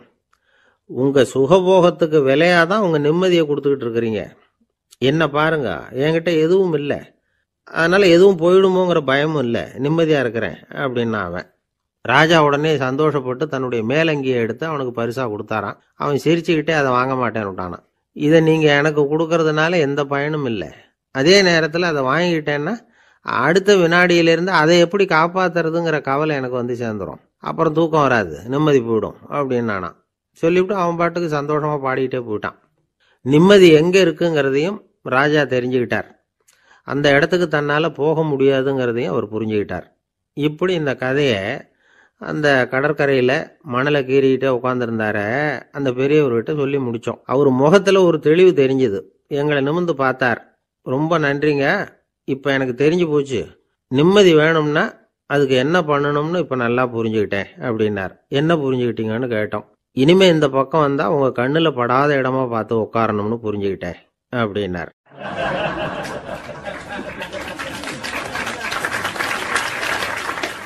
அப்படின்னாராம். ஒரு ஆள் இருந்தார். அவரு தன்னை ஒரு குருன்னு சொல்லிக்கிட்டார். மௌன குரு, வாயை திறக்கிறது இல்லை. அவருக்கு 2 சீடர்கள் உண்டு. இவங்க தான் வர்றவங்க கிட்ட பேசுவாங்க, விளக்கம் கொடுப்பாங்க. ஒரு நாள் இந்த சீடர்கள் 2 பேரும் எங்கேயோ வெளியில போயிட்டாங்க. அந்த நேரம் பார்த்து ஒருத்தர் அங்க வந்தார். குரு கிட்ட போனார். குருவே, புத்தர்னா என்ன அப்படின்னு கேட்டார். குருவுக்கு ஒன்றும் புரியல. அவர் உண்மையான குருவா இருந்தாவில் புரியும். திருன்னு முழிக்க ஆரம்பிச்சார். இந்த நேரம் பார்த்து இந்த சீடர்களும் எங்கேயோ போயிட்டாங்களே, என்ன பண்றது, உதவிக்கு யாராவது கிடைக்க மாட்டாங்களா அப்படின்னு அப்படியே சுற்றுமுற்றும் பார்த்தார். வந்தவர் இதை கவனிச்சார். ஏதோ புரிஞ்சுக்கிட்ட மாதிரி அடுத்த கேள்வியை கேட்டார். தர்மம்னா என்ன சுவாமி அப்படின்னார். குருவுக்கு ரொம்ப சங்கடமா போச்சு. நம்ம நிலைமை இப்படி ஆயிட்டுதே, இக்கட்டில் விட்டுட்டு போயிட்டாங்களே, எங்கேயோ இப்படி மாட்டிக்கிட்டோமே அப்படின்னு சொல்லி விட்டத்தை பார்த்தாராம். அப்புறம் குனிஞ்சு தரைய பார்த்தார். அப்படியே உட்காந்துட்டார். வந்தவர் உடனே அடுத்த கேள்விக்கு போயிட்டாராம். தியானம்னா என்ன சுவாமின்னாராம். பாவம் என்ன பண்ணுவார் அந்த குரு, பேசாம கண்ணை கெட்டியா மூடிக்கிட்டார். இது ஏதடா வம்பா போச்சுன்னு. இவர் இப்படி பண்ணா கூட வந்தவர் சளைக்கல. இன்னொரு கேள்வியும் கேட்டார். ஆசீர்வாதம்னா என்னன்னாராம். இவர் பார்த்தார். இப்படியே போனா இவர் கேள்வி கேட்கறத நிறுத்த மாட்டார்னு நினைச்சுக்கிட்ட எனக்கு ஒண்ணுமே தெரியாதுங்கிற பாவனையில 2 கையையும் விரிச்சு காட்டினாராம். வந்தவர் முகத்துல மகிழ்ச்சி, மன நிறைவு, ஏதோ எல்லாம் புரிஞ்சுக்கிட்ட ஒரு மாதிரி அங்கிருந்து புறப்பட்டு போனார். வழியில அந்த குருவோட சீடர்கள் 2 பேரையும் சந்திச்சார். உங்க குருவை நாங்க பார்த்துட்டு வரோம் அப்படின்னாராம். இவரு என்ன நடந்ததுன்னு கேட்டிருக்காங்க அவங்க. இவர் விவரமா சொன்னாராம். உங்க குரு தெரியுமா, எப்பேற்பட்ட ஞானி தெரியுமா, புத்தர்னா என்னன்னு கேட்டேன். அதுக்கு அவர் அப்படியும் இப்படியும் பார்த்தார். அதுக்கு என்ன அர்த்தம் தெரியுமா, மக்கள் புத்தரை அங்கேயும் இங்கேயும் தேடுறாங்க, உண்மையில அவர் அங்கேயும் இங்கேயும் தேடி கண்டுபிடிக்க முடியாது அப்படிங்கிறத அவர் செய்கை மூலமா உணர்த்தினார். அதுக்கப்புறம் தர்மம்னா என்னன்னு கேட்டேன். ஒரு மேலையும் கீழையும் பார்த்து தர்மம் சமமானது, அதுல உயர்வு தாழ்வு இல்லை அப்படிங்கிறத உணர்த்தினார். அதுக்கப்புறம் தியானம்னா என்னன்னு கேட்டேன். கண்ணை மூடிக்கிட்டார். கண்ணை மூடி காணும் அற்புதம் அதுங்கிறத புரிஞ்சுக்கிட்டேன். கடைசியா ஆசீர்வதிக்கப்படுறது பத்தி கேட்டேன். கைகளை நீட்டி உதவுறது தான் அது அப்படிங்கிறத 2 கையையும் விரிச்சு உணர்த்தினார். எவ்வளவு பெரிய மகான் அவரு அப்படின்னு சொல்லிவிட்டு அவர் பாட்டுக்கு போயிட்டார். சீடர்கள் அதுக்கப்புறம் மெதுவா குரு கிட்ட வந்து சேர்ந்தாங்களாம். அவங்கள பார்த்ததும் குருவுக்கு கோபம் வந்துட்டுது. அடே பாவிகளா, எங்கடா போய் தொலைஞ்சிங்க, நான் ஒரு ஆளுகிட்ட மாட்டிக்கிட்டு என்ன பாடுபட்டிருக்கேன் தெரியுமா அப்படின்னாராம். இது மாதிரி தான் சாதாரண மனிதர்களின் புற வேடங்கள்ல மயங்கி போயிடுறோம். அவங்க பேச்சு, செய்கை, பார்வை இதுல எல்லாம் ஏதோ பெரிய தத்துவம் இருக்கிறதாக நினைச்சுக்கிறோம். உண்மையிலேயே அந்த தத்துவங்கள் யாருக்கு சொந்தம்? அவங்களுக்கு இல்ல, நமக்கு தான் சொந்தம். நாம தானே அதை கற்பிச்சுக்கிட்டோம். நம்மை நாம அடையாளம் கண்டுக்கிறது இல்லை, நாம யாருங்கிறது நமக்கு புரியறது இல்லை. அதுதான் இன்னைக்கு நடக்கிறது. அதனாலதான் அடுத்தவங்களை தேடி ஓடிட்டு இருக்கிறோம். சில வீடுகளில் கூட இது மாதிரி சைகைகள் உண்டு. சில குடும்ப தலைவர்கள் தினமும் காலையில கண்ணை கெட்டியா மூடிக்கிட்டு கை 2ஐயும் சுத்தமா விரிச்சு வச்சுட்டு உட்காந்து தியானம் பண்றது வழக்கம். எதுக்காக அப்படி பண்றீங்கன்னு ஒருத்தரை பார்த்து கேட்டேன். இந்த மாசம் வாங்கின சம்பளம் பூரா தீர்ந்து போச்சு, இனிமே என் கையில சுத்தமா ஒண்ணும் இல்லை, புதுசா எதுவும் செலவு வச்சுடாத அப்படிங்கறத அப்படி உள்ளங்கை 2ஐயும் விரிச்சு காட்டி அவங்களுக்கு உணர்த்துறேன், அவ்வளவுதான் அப்படின்னா. ஒரு ஊர்ல ஒரு மன்னர் இருந்தார். அழகான அரண்மனையில அவர் இருந்தார். அந்த அரண்மனையை விட அழகா ஒரு மாளிகையை அந்த ஊர்லயே வேற ஒருத்தன் கட்டியிருந்தான். அப்படி கட்டி முடிச்சதுல அவனுக்கு ரொம்ப பெருமை. எத்தனையோ செல்வந்தர்கள்லாம் வந்து பார்த்துட்டு, இந்த மாளிகையை விலைக்கு கொடுத்துடுறியா, எவ்வளவு விலை சொன்னாலும் சரி நாங்க வாங்கிக்கிறதுக்கு தயாரா இருக்கோம் அப்படின்னு சொல்லி கேட்டு பார்த்துட்டாங்க. நான் இதை விற்கிறதுக்கு தயாரா இல்லை அப்படின்னு சொல்லிவிட்டான். அவ்வளவு சிறப்பா கலை அம்சத்தோடு அதை கட்டி முடிச்சிருக்கிறான். அதுவே ஒரு பெரிய அரண்மனை மாதிரி இருந்ததுன்னா பாத்துங்களேன். சுற்றிலும் அழகான பூந்தோட்டம். ஒரு நாள் அவன் எங்கேயோ வெளியூர் போயிட்டு திரும்பி வந்துகிட்டு இருக்கிறான். அப்போ அந்த மாளிகை தீப்பெட்டி எரிஞ்சுக்கிட்டு இருக்கு. பதறி போட்டான். விலைக்கு கேட்டவங்க யாராவது இதை செஞ்சிருக்கணும், இல்லைன்னா மன்னரே செய்த சதியோ என்னவோ, இப்படிலாம் அவனுக்கு சந்தேகம். ஒரு மூலையில உட்காந்து அழ ஆரம்பிச்சுட்டான். அந்த சமயத்துல அவனுடைய மகன் அங்க ஓடி வந்தான். அப்பா அழாதீங்க, இதை நான் நேற்று ராத்திரியே நம்ம ஊர் மன்னருக்கு வித்துட்டேன். இதை கட்டி முடிக்க நமக்கு எவ்வளவு செலவாச்சோ அதை போல 3 மடங்கு விலைக்கு வித்துட்டேன், கவலைப்படாதீங்க, இதை விட அழகான மாளிகையை நாம புதுசா கட்டிக்கலாம்னா. இதை கேட்டதும் அழுதுகிட்டு இருந்தவன் அழுகையை நிறுத்தினான், சிரிக்க ஆரம்பிச்சுட்டான். இதே இடத்த நான் வந்து மன்னர்கிட்ட இருந்து விலைக்கு வாங்குவேன், இதை விட அழகான மாளிகையை கட்டுவேன் அப்படின்னு சுத்தி நின்ன எல்லார்கிட்டையும் சொல்லிக்கிட்டு இருந்தான். இந்த சமயத்துல அவனோட இளைய மகன் ஓடி வந்தான். அப்பா, அண்ணன் சொன்னதெல்லாம் சரிதான், மன்னர்கிட்ட விலை பேசினதெல்லாம் உண்மைதான், ஆனா வித்தது பேச்சு அளவுல தான். இனிமேதான் பத்திரம் வாங்கணும், எழுதணும், நீங்க கையெழுத்து போடணும், பதிவு பண்ணணும், மன்னர்கிட்ட பணம் வாங்கணும், அதுக்காகத்தான் உங்களை எதிர்பார்த்துக்கிட்டு இருந்தோம், அதுக்குள்ள இப்படி ஆயிட்டுதுன்னா. இப்ப சிரிச்சுக்கிட்டு இருந்தவன் சிரிப்பை நிறுத்தினான். மறுபடியும் குழந்தை மாதிரி அழ ஆரம்பிச்சுட்டான். இது ஒரு சம்பவம். இதுல இருந்து என்ன தெரியுது? அந்த அழகான மாளிகை தன்னுடையது அப்படின்னு நினைக்கும் பொழுது அவனுக்கு அழுகை வந்தது. அது தன்னுடையது இல்லை அப்படின்னு நினைக்கிற போது சிரிப்பு வந்தது. மறுபடியும் அது தன்னுடையது தான் அப்படிங்கிற உணர்வு வரும்பொழுது அழுகை. எது எதிலிருந்து நீ நீங்கி இருக்கிறாயோ அது அதிலிருந்து உனக்கு துன்பம் இல்லை அப்படிங்கிறார் திருவள்ளுவர். இந்த உடம்பு என்னுடையதில்லை அப்படிங்கிற உணர்வு வந்துட்டா அது ஒரு பெரிய நிலை. அந்த நிலை வரணும். எல்லாத்தையும் பயன்படுத்திக்கலாம், ஆனா பற்றுல விழுந்துடக்கூடாது. உலகத்தில் இருங்கள், ஆனால் உலகத்தவராக இருக்காதீர்கள். உலகிற்குள் இருங்கள், உலகம் உங்களுக்குள் வந்துவிட அனுமதிக்காதீர்கள். விலகி இருங்கள், விழித்திருங்கள், மௌனமாய் பார்த்திருங்கள் அப்படிங்கிறது சான்றோர் கருத்து. செய்ய வேண்டிய கடமையிலிருந்து விலகி இருக்கிறவர்கள் நம்ம கிட்ட நிறைய பேர் உண்டு. அப்படிப்பட்ட ஒருத்தர் டாக்டர் கிட்ட போனார். டாக்டர், நான் ஒரு கவர்மெண்ட் ஆபீஸ்ல வேலை பார்க்குறேன், எனக்கு ஒரே அசதியா இருக்கு, என்னை சோதிச்சு பாருங்க, ஆலோசனை சொல்லுங்க ஏதாவதுன்னார். டாக்டர் அவரை பரிசோதனை பண்ணி பார்த்துட்டு சொன்னார், இதோ பாரு, உனக்கு இப்போ தேவைப்படுறது முழு ஓய்வு. நீ எவ்வளவு சீக்கிரமா ஆபீஸுக்கு போறியோ அவ்வளவுக்கு உனக்கு நல்லது அப்படின்னாராம். நம்மள மாதிரி ஒரு ஆசாமி அவன் நம்மள மாதிரியே கற்பனை பண்ணான். அதாவது நாம தான் இந்த உலகத்துல ரொம்பவும் கஷ்டப்படுறோம், மற்றவங்கெல்லாம் சந்தோஷமா இருக்கிறாங்க அப்படின்னு அவன் நினைச்சுக்கிட்டான். அவன் ஒரு நாள் கடவுளை வேண்டிக்கிட்டானான், சுவாமி, இந்த உலகத்துல எவ்வளவோ பேர் இருக்கிறாங்க, ஒவ்வொருத்தருக்கும் ஒவ்வொரு விதமான கஷ்டம் இருக்கலாம், ஒத்துக்கிறேன். இருந்தாலும் எனக்கு அது கொஞ்சம் அதிகமாக இருக்கிறது மாதிரி தெரியுது. அதனால் நீங்கள் எனக்காக ஒரு சின்ன உதவி செஞ்சால் போதும். அது வேற ஒன்றும் இல்லை, என்கிட்ட இருக்கிற துயரங்களை இன்னொருத்தர் யாருக்கிட்டையாவது கொடுத்துருங்க, அவர்கிட்ட இருக்கிற துயரங்களை என்கிட்ட மாற்றி கொடுத்துருங்க. ஒரு மியூச்சுவல் டிரான்ஸ்ஃபர், அவ்வளவுதான். அப்படி பண்ணிவிட்டா போதும் அப்படின்னு வேண்டிக்கிட்டானான். அன்னைக்கு ராத்திரியே அவன் ஒரு கனவு கண்டிருக்கான். வானத்திலேருந்து ஒரு குரல் கேட்டிருக்கு. அது என்ன சொல்லிச்சு தெரியுமா?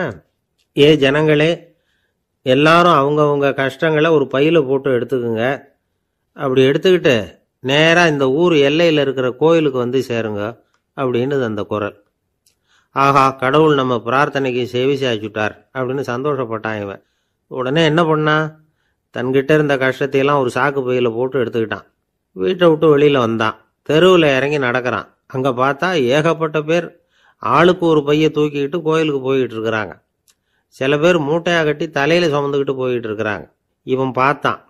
இவனுக்கு ரொம்ப ஆச்சரியமாக இருந்தது. ஏன்னா எல்லாரும் வச்சிருக்கிற பைய இவன் பையை விட பெருசாக இருந்தது. இவன் பை தான் இருக்கிறதுலே கொஞ்சம் சின்னதாக தெரிஞ்சுது. இப்போ அவன் மறுபடியும் சாமியை வேண்டிக்கிட்டான், கடவுளே, இப்போ உள்ள சூழ்நிலையை கவனிச்சா என்கிட்ட இருக்கிற பையே பரவாயில்லன்னு தோணுது. அதனால் வேற பை எதையும் மாற்ற வேணாம், இதுவே பரவாயில்ல, இந்த பையோடு திரும்பி வீட்டுக்கு போனால் போதும்னு நினைக்கிறேன் அப்படின்னு எதோ நினைக்க ஆரம்பிச்சுட்டான் அவன். எல்லாரும் கோயிலுக்கு போய் சேர்ந்தாங்க. கோயிலில் அந்த குரல் மறுபடியும் கேட்டுது. எல்லாரும் அவங்கவுங்க பைகளை சுகத்தில் தொங்க விடுங்க. திடீர்னு விளக்குகள் அணையும், மணி அடிக்கப்படும், அதுதான் அடையாளம். அந்த சமயத்தில் இருட்டில் உங்களுக்கு வேண்டிய பையை நீங்கள் மாற்றி எடுத்துக்கலாம், தேர்ந்தெடுத்துக்கலாம். வெளிச்சம் இருக்கிறப்பவே உங்களுக்கு பிடிச்ச பைக்கு பக்கமாக பார்த்து நீங்கள் நின்றுக்கலாம் அப்படின்னு சொல்லி விவரம் சொல்லிச்சான் அந்த குரல். அப்படி சொன்னதுக்கு அப்புறம் திடீர்னு விளக்கு அணைஞ்சுது, மணி அடிச்சுது. கொஞ்ச நேரம் கழித்து மறுபடியும் விளக்குகள்லாம் எரிஞ்சுது. இப்போ பார்த்தா எல்லாரும் அவங்கவுங்க பையையே கெட்டியாக பிடிச்சிக்கிட்டு நிற்கிறாங்க. இவனும் அப்படியே நிற்கிறான். இவன் மெதுவாக பக்கத்தில் நிற்கிறவங்ககிட்ட கேட்டானா, ஏன் நீங்கள் பையை கையிலேயே வச்சுருக்கிறீங்க, செவுத்தில் மாட்டலையா அப்படின்னு கேட்டிருக்கான். இல்லைப்பா, நீ ஏன் கையிலேயே வச்சிருக்கிறியோ அதே காரணத்துக்காக தான் நாங்களும் வச்சிருக்கிறோம். நம்ம கவலைகளை பற்றி நமக்கு ஓரளவுக்காவது தெரியும், ஆனால் மற்றவங்க கவலைகள் நமக்கு பரிச்சயம் இல்லாதவை, பழக்கம் இல்லாதது. அதனால் நமக்கு தெரிஞ்ச கவலைகளை சமாளிக்கிறது சுலபம். தெரியாததை சமாளிக்கணும்னா மறுபடியும் ஆரம்பத்திலேருந்து ஆரம்பிக்கணும். அதனால் பழைய நண்பர்களோடு வாழறது தான் மேல் அப்படின்னு நானான். அதுக்கப்புறம் அவன் தன்னோட பையே போதும்னு வீட்டுக்கு திரும்பி வந்துட்டானான். இது ஒரு பெரியவர் சொல்லியிருக்கிற கதை. அதனால் நம்மகிட்ட இருக்கிற கஷ்டங்கள் தான் பெருசு, அதை இன்னொருத்தங்கிட்ட கொடுத்துட்டு மாற்றிக்கலாம் அப்படின்னு நினைக்கிறது தப்பு. இதே மாதிரி இன்னொரு சம்பவம். ஒரு ஊரில் ஒரு நாள் ராத்திரி ஆகாயத்திலிருந்து கடவுள் குரல் கேட்குது. இந்த ஊரில் இருக்கிற ஜனங்கள்லாம் கொஞ்சம் கவனிங்க, உங்களுக்கு ஒரு செய்தி. அதாவது இங்கே இருக்கிற ஜனங்கள்லேயே கொஞ்சம் கூட கவலையே இல்லாத ஆள் யாருன்னு எனக்கு தெரியணும். அதனால எல்லாரும் அவங்கவுங்க கவலைகளை ஒரு பையில போட்டு எடுத்துக்கிட்டு கோயிலுக்கு வாங்க அப்படின்னார் கடவுள். உடனே வரிசையா எல்லாரும் வர ஆரம்பிச்சாங்க. எல்லார் கையிலையும் பை இருந்தது, சின்னதும் பெருசுமா. கவலையே இல்லாத ஆள் யாருன்னு தேடினார் கடவுள். ஒரே ஒரு ஆள் மட்டும் கையில் எதுவும் இல்லாமல் வெறும் கையை வீசிக்கிட்டு ரொம்ப ஜாலியாக நடந்து வந்துக்கிட்டு இருந்தான். கடவுள் அவங்ககிட்ட போனார். ஏன்பா உனக்கு கவலையே இல்லையா அப்படின்னு கேட்டார். எனக்கும் சில கவலைகள்லாம் உண்டு அப்படின்னானா அவன். எங்கே அதெல்லாம்னு கேட்டிருக்கார் கடவுள். பின்னாடி லாரியில் வந்துக்கிட்டு இருக்கு அப்படின்னானா அவன்.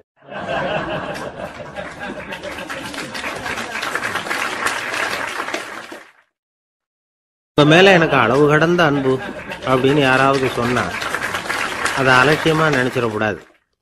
அது கொஞ்சம் சீரியஸான விஷயம். அளவுக்கு மிஞ்சினா எதுவுமே இடைஞ்சல் தானே. அன்பும் அப்படிதான். அன்பு அதிகமாக இருந்தால் அது எப்படி கெடுதல் பண்ணும் அப்படிங்கிற சந்தேகம் உங்களுக்கு வரலாம். தசரதன் கதை என்னாச்சு? கைகேயி மேலே வச்சு அளவு கடந்த அன்பு. ராமன் காட்டுக்கு போறாப்புல ஆயிட்டுதுல்ல. தசரதன் எப்பேற்பட்ட அரசன். விஸ்வாமித்திரர் சொல்றார், என்ன மாதிரி முனிவர்களுக்கும் தேவர்களுக்கும் ஏதாவது கஷ்டம் வந்தால் முதல்ல முருகன் கிட்ட போவோம், அப்புறம் பரமசிவனை போய் பார்ப்போம், அதுக்கப்புறம் திருமால்கிட்ட போவோம், அப்புறம் பிரம்மன் இந்திரன் இவங்களெல்லாம் போய் பார்ப்போம். இவங்களாலையெல்லாம் முடியலன்னா கடைசியில் அயோத்திக்கு வருவோங்கிறார். உன்னை விட்டா வேற கதி உண்டோ அப்படின்னு தசரதனை பார்த்து விஸ்வாமித்திரரே சொல்றார். அப்பேற்பட்ட அரசன் தசரதன் கைகேயி காலில் விழறான். உன் பாதங்களை தொட்டு கெஞ்சி கேட்டுக்கிறேன், ராமனை காட்டுக்கு அனுப்பாதேங்கிறான். தசரதனுடைய இந்த நிலைமைக்கு என்ன காரணம்? அவன் கைகேயி மேலே வச்ச அளவு கடந்த அன்பு தான் காரணம். இப்போ சொல்லுங்க, அன்பா இருந்தாலும் அது அளவுக்கு மீறி போனால் கெடுதல் பண்ணுமா பண்ணாதா?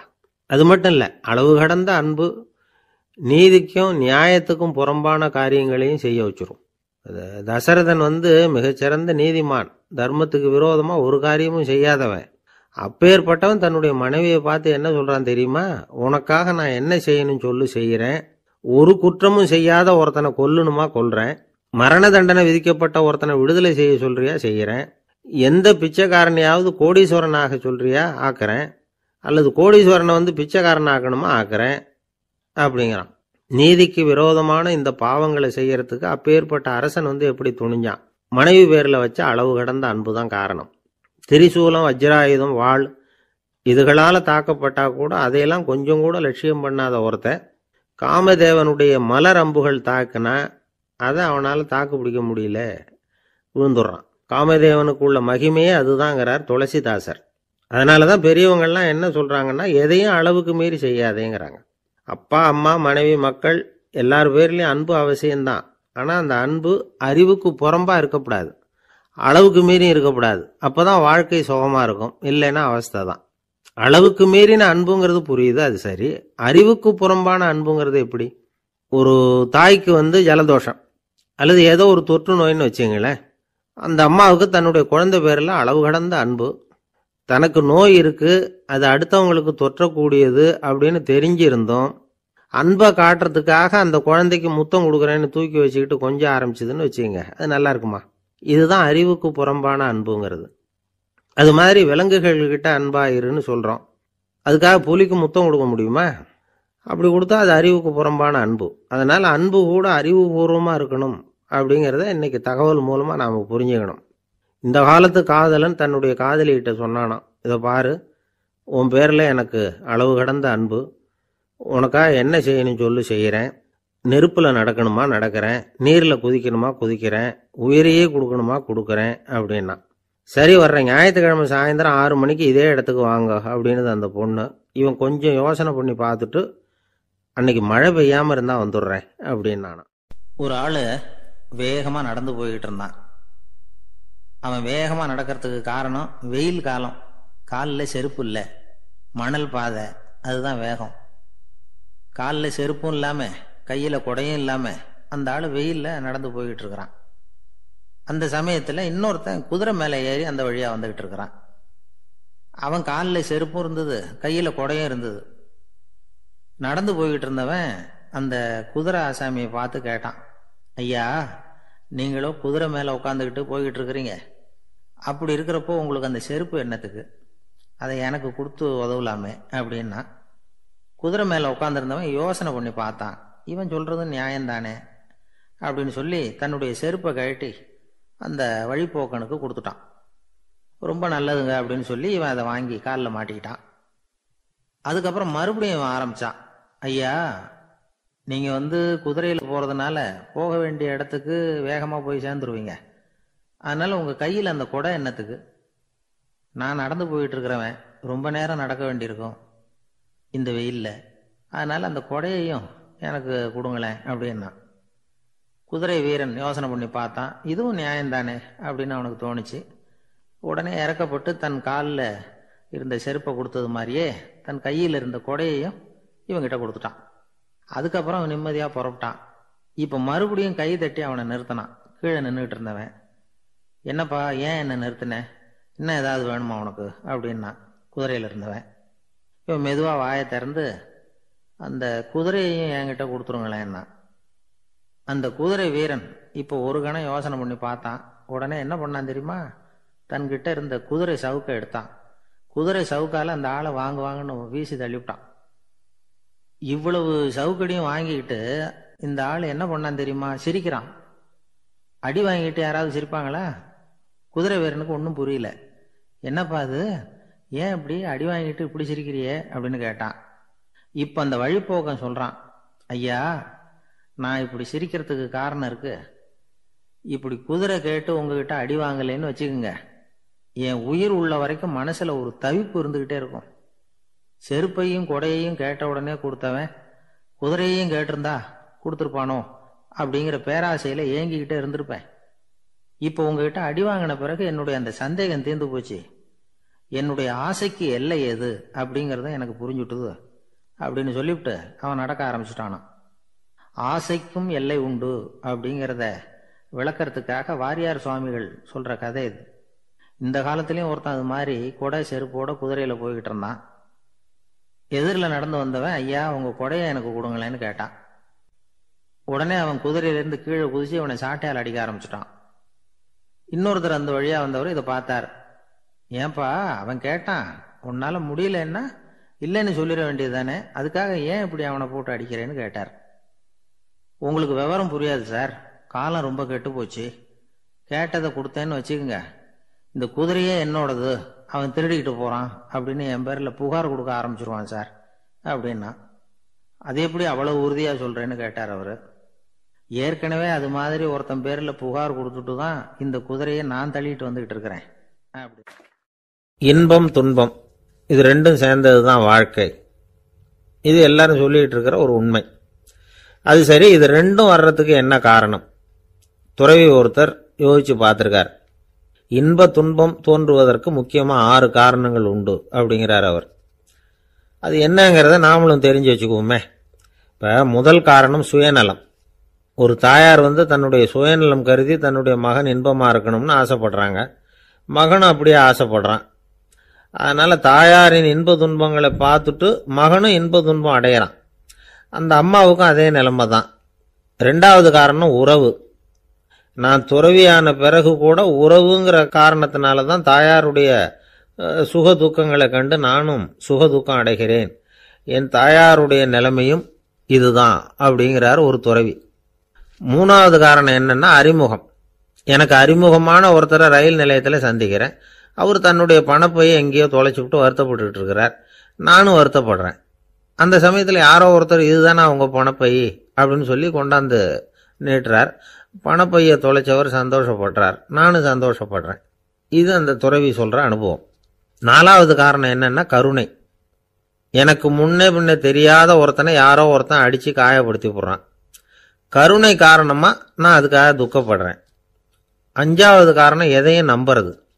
ஒரு பசுமாட்டை ஒரு முரணை அடிச்சுக்கிட்டு இருக்கிறான் அப்படின்னு ஒருத்தர் நம்மகிட்ட சொல்றாருன்னு வைங்க, உடனே நான் துக்கப்படுறேன். இன்னொருத்தர் அந்த முரணனை போலீஸ்காரங்க பிடிச்சிட்டு போயிட்டாங்கன்னு சொல்லி சொல்றாரு, நான் உடனே சந்தோஷப்படுறேன். 3வதா ஒருத்தர் முதல் 2 பேரும் சொன்னது பொய்யுங்கிறார்.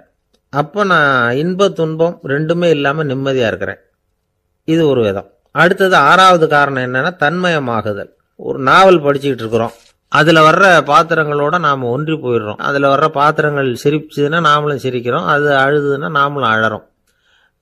அதெல்லாம் அந்த துறவி சொல்கிற அனுபவ உண்மைகள். இன்ப துன்பம் இது ரெண்டும் தோன்றுவதற்கு சுயநலம், உறவு, அறிமுகம், கருணை, எதையும் நம்புறது, தன்மயமாகிறது, இது எல்லாம் தான் முக்கிய காரணம் அப்படின்னு அவர் சொல்றார்.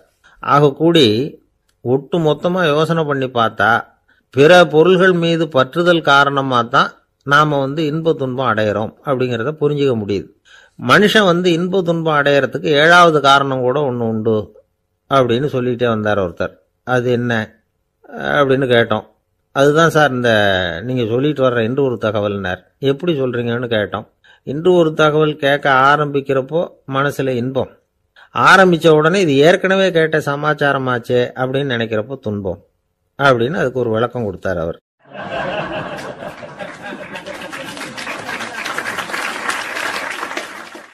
ஒரு காட்டுல ஒரு முனிவர் இருந்தார். ஒரு நாள் அவரை தேடிட்டு 4 பேர் வந்தாங்க. சுவாமி, எங்களுக்கு ரொம்ப நாளா ஒரு சந்தேகம்னாங்க. என்னன்னு கேட்டார். இந்த உலகத்துல எவ்வளவோ காரியங்கள் நடக்குது, எது நியாயம் எது அநியாயம் அப்படின்னு புரிஞ்சுக்க முடியலன்னாங்க. அது யாராலையும் புரிஞ்சுக்க முடியாதுன்னார் முனிவர். வந்தவங்களுக்கு ஆச்சரியமா போச்சு, ஒரு மாதிரியா பார்த்தாங்க. இதை முனிவர் கவனிச்சார். சரி புறப்படுங்க என்னோடன்னார். எங்கன்னு கேட்டாங்க. இப்போ உங்க 4 பேரையும் ஒரு புஷ்பக விமானத்துல அழைச்சிட்டு போறேன். இந்த உலகத்துல சர்வசாதாரணமா நடக்கக்கூடிய ஒரு காட்சியை உங்களுக்கு காட்ட போறேன். நீங்க பார்க்க போற அந்த காட்சி நியாயமா அநியாயமா அப்படிங்கிறத என்கிட்ட சொல்லணும். நீங்க சரியான பதில் சொன்னா புஷ்பக விமானத்துல தொடர்ந்து பிரயாணம் பண்ணலாம். தவறான பதில் சொன்னா இந்த புஷ்பக விமானம் உங்களை கீழே தள்ளி விட்டுரும் அப்படின்னார். 4 பேருக்கும் பயம்தான். இருந்தாலும் முனிவர் கூப்பிடுறாரு அப்படின்னு சொல்லி புறப்பட்டாங்க. அவங்க எல்லாரும் புறப்பட்டு ஒரு காட்டு வழியா போயிட்டு இருக்கிறாங்க புஷ்பக விமானத்துல. அங்க நடக்கிற ஒரு காட்சியை காட்டுறார் முனிவர். அதோ அங்க பாருங்கன்னார். அந்த விமானத்துல இருந்தபடியே எல்லாரும் கீழே குனிஞ்சு பாக்குறாங்க. அங்க ஒரு தாய் புலி அப்பதான் குட்டி போட்டிருக்கு. குட்டிகளை ஈன்ற உடனே பசிக்கு இறை தேடி அந்த பக்கமா வருது. அதே நேரம் ஒரு தாய் மான், அதுவும் அப்பதான் குட்டி போட்டிருக்கு. அதுவும் இதே மாதிரி குட்டிகளை ஈன்ற உடனே பசிக்கு இறை தேடி அந்த பக்கமா வருது. இப்ப அந்த புலி அந்த மானை அடிச்சு போட்டுடுது. அதுவும் சாப்பிடுது, குட்டிகளுக்கும் கொடுக்குது. இப்போ அந்த புலிக்குட்டிகள் முகத்துல மகிழ்ச்சி, தாயை இழந்த அந்த மான் குட்டிகள் முகத்துல துக்கம். இப்போ அந்த முனிவர் 4 பேர்கிட்டையும் கேட்கிறார், நீங்க இங்க பாத்தீங்களே, இதுல எது நியாயம் எது அநியாயம்? ஒவ்வொருத்தரா சொல்லுங்க. உங்க பதில் சரியில்லைன்னா இந்த விமானம் உங்களை கீழே தள்ளி விட்டுரும். சொல்லுங்க பார்க்கலாம்னார். முதல்ல ஒருத்தன் சொன்னான், அந்த புலி செஞ்சது சரிதாங்க. அது பசிக்கு அதுதான் ஆகாரம். தன்னுடைய பசிக்கு தானே இறை தேடிக்கிட்டுது. அதில் என்ன தப்பு? அவ்வளவுதான். அதனால புலி செஞ்சது நியாயம்தான் அப்படின்னா. அவ்வளவுதான். அந்த விமானம் அவனை அப்படியே கீழே தள்ளி விட்டுட்டுது. அதனால அவன் கொடுத்த பதில் சரியில்லை அப்படிங்கிறது புரிஞ்சு போச்சு. இப்போ 2வது ஆள் சொன்னான், புலி செஞ்சது பாவம். அந்த தாய்மான் என்ன தப்பு பண்ணிச்சு? இப்போ அந்த குட்டிகளுக்கு யாரு ஆதரவு? அதனால புலி செஞ்சது அநியாயம் அப்படின்னா. அவ்வளவுதான். அவனையும் கீழே தள்ளி விட்டுடுது அந்த விமானம். இந்த பதிலும் சரியில்லை அப்படின்னு ஆயிட்டுது. இப்போ 3வது ஆள் வந்தான். முதல்ல 2 பேர் கீழே விழுந்ததை பார்த்துக்கிட்டு இருந்தான். அதனால அவன் சொன்னான், ரெண்டுமே நியாயம்தாங்க. புலி இறை தேடினதும் இயற்கை, அதுக்கு மான் இறையானதும் இயற்கை. அதனால இதுல ஒன்றும் தப்பு இல்லைன்னா. அவ்வளவுதான். அவனையும் அந்த விமானம் கீழே பிடிச்சி தள்ளி விட்டுது. இப்ப 4வது ஆள் வந்தான். முனிவர் கேட்டார், நீயாவது சொல்லுப்பா, இந்த செயல்ல எது நியாயம்னார். அவன் தெளிவா பதில் சொன்னான். அதாவது என்ன சொன்னான்னா, எனக்கு தெரியல அப்படின்னா. அவனை விமானம் கீழே தள்ளல, சௌரியமா அழைச்சிட்டு போயிட்டுது. இவனும் பிரயாணம் சௌக்கியமா பண்ணானா. ஆக இதுதான் சரியான பதில்ங்கிறத முனிவர் உணர்த்தினார். இந்த கதையிலிருந்து நாம புரிஞ்சுக்க வேண்டியது என்னன்னா, இந்த உலகத்துல எவ்வளவோ காரியங்கள் நடக்குது. அதெல்லாம் ஏன் அப்படி நடக்குதுங்கிறதுக்கு எப்பேற்பட்ட பண்டிதராலும் பதில் சொல்ல முடியாது. தெரியாததை தெரியாதுன்னு ஒத்துக்கிட்டா வாழ்க்கை பிரயாணம் சுகமா இருக்கும். அதனால தேவையில்லாத விஷயங்களை புரிஞ்சுக்கிறதுக்கு நேரத்தை செலவு பண்ணிட்டு இருக்கக்கூடாது. வாழ்க்கையை குழப்பிக்க கூடாது. வாழ்க்கைக்கு தேவையானது என்னவோ அதை மட்டும் புரிஞ்சுக்கிட்டா போதும்.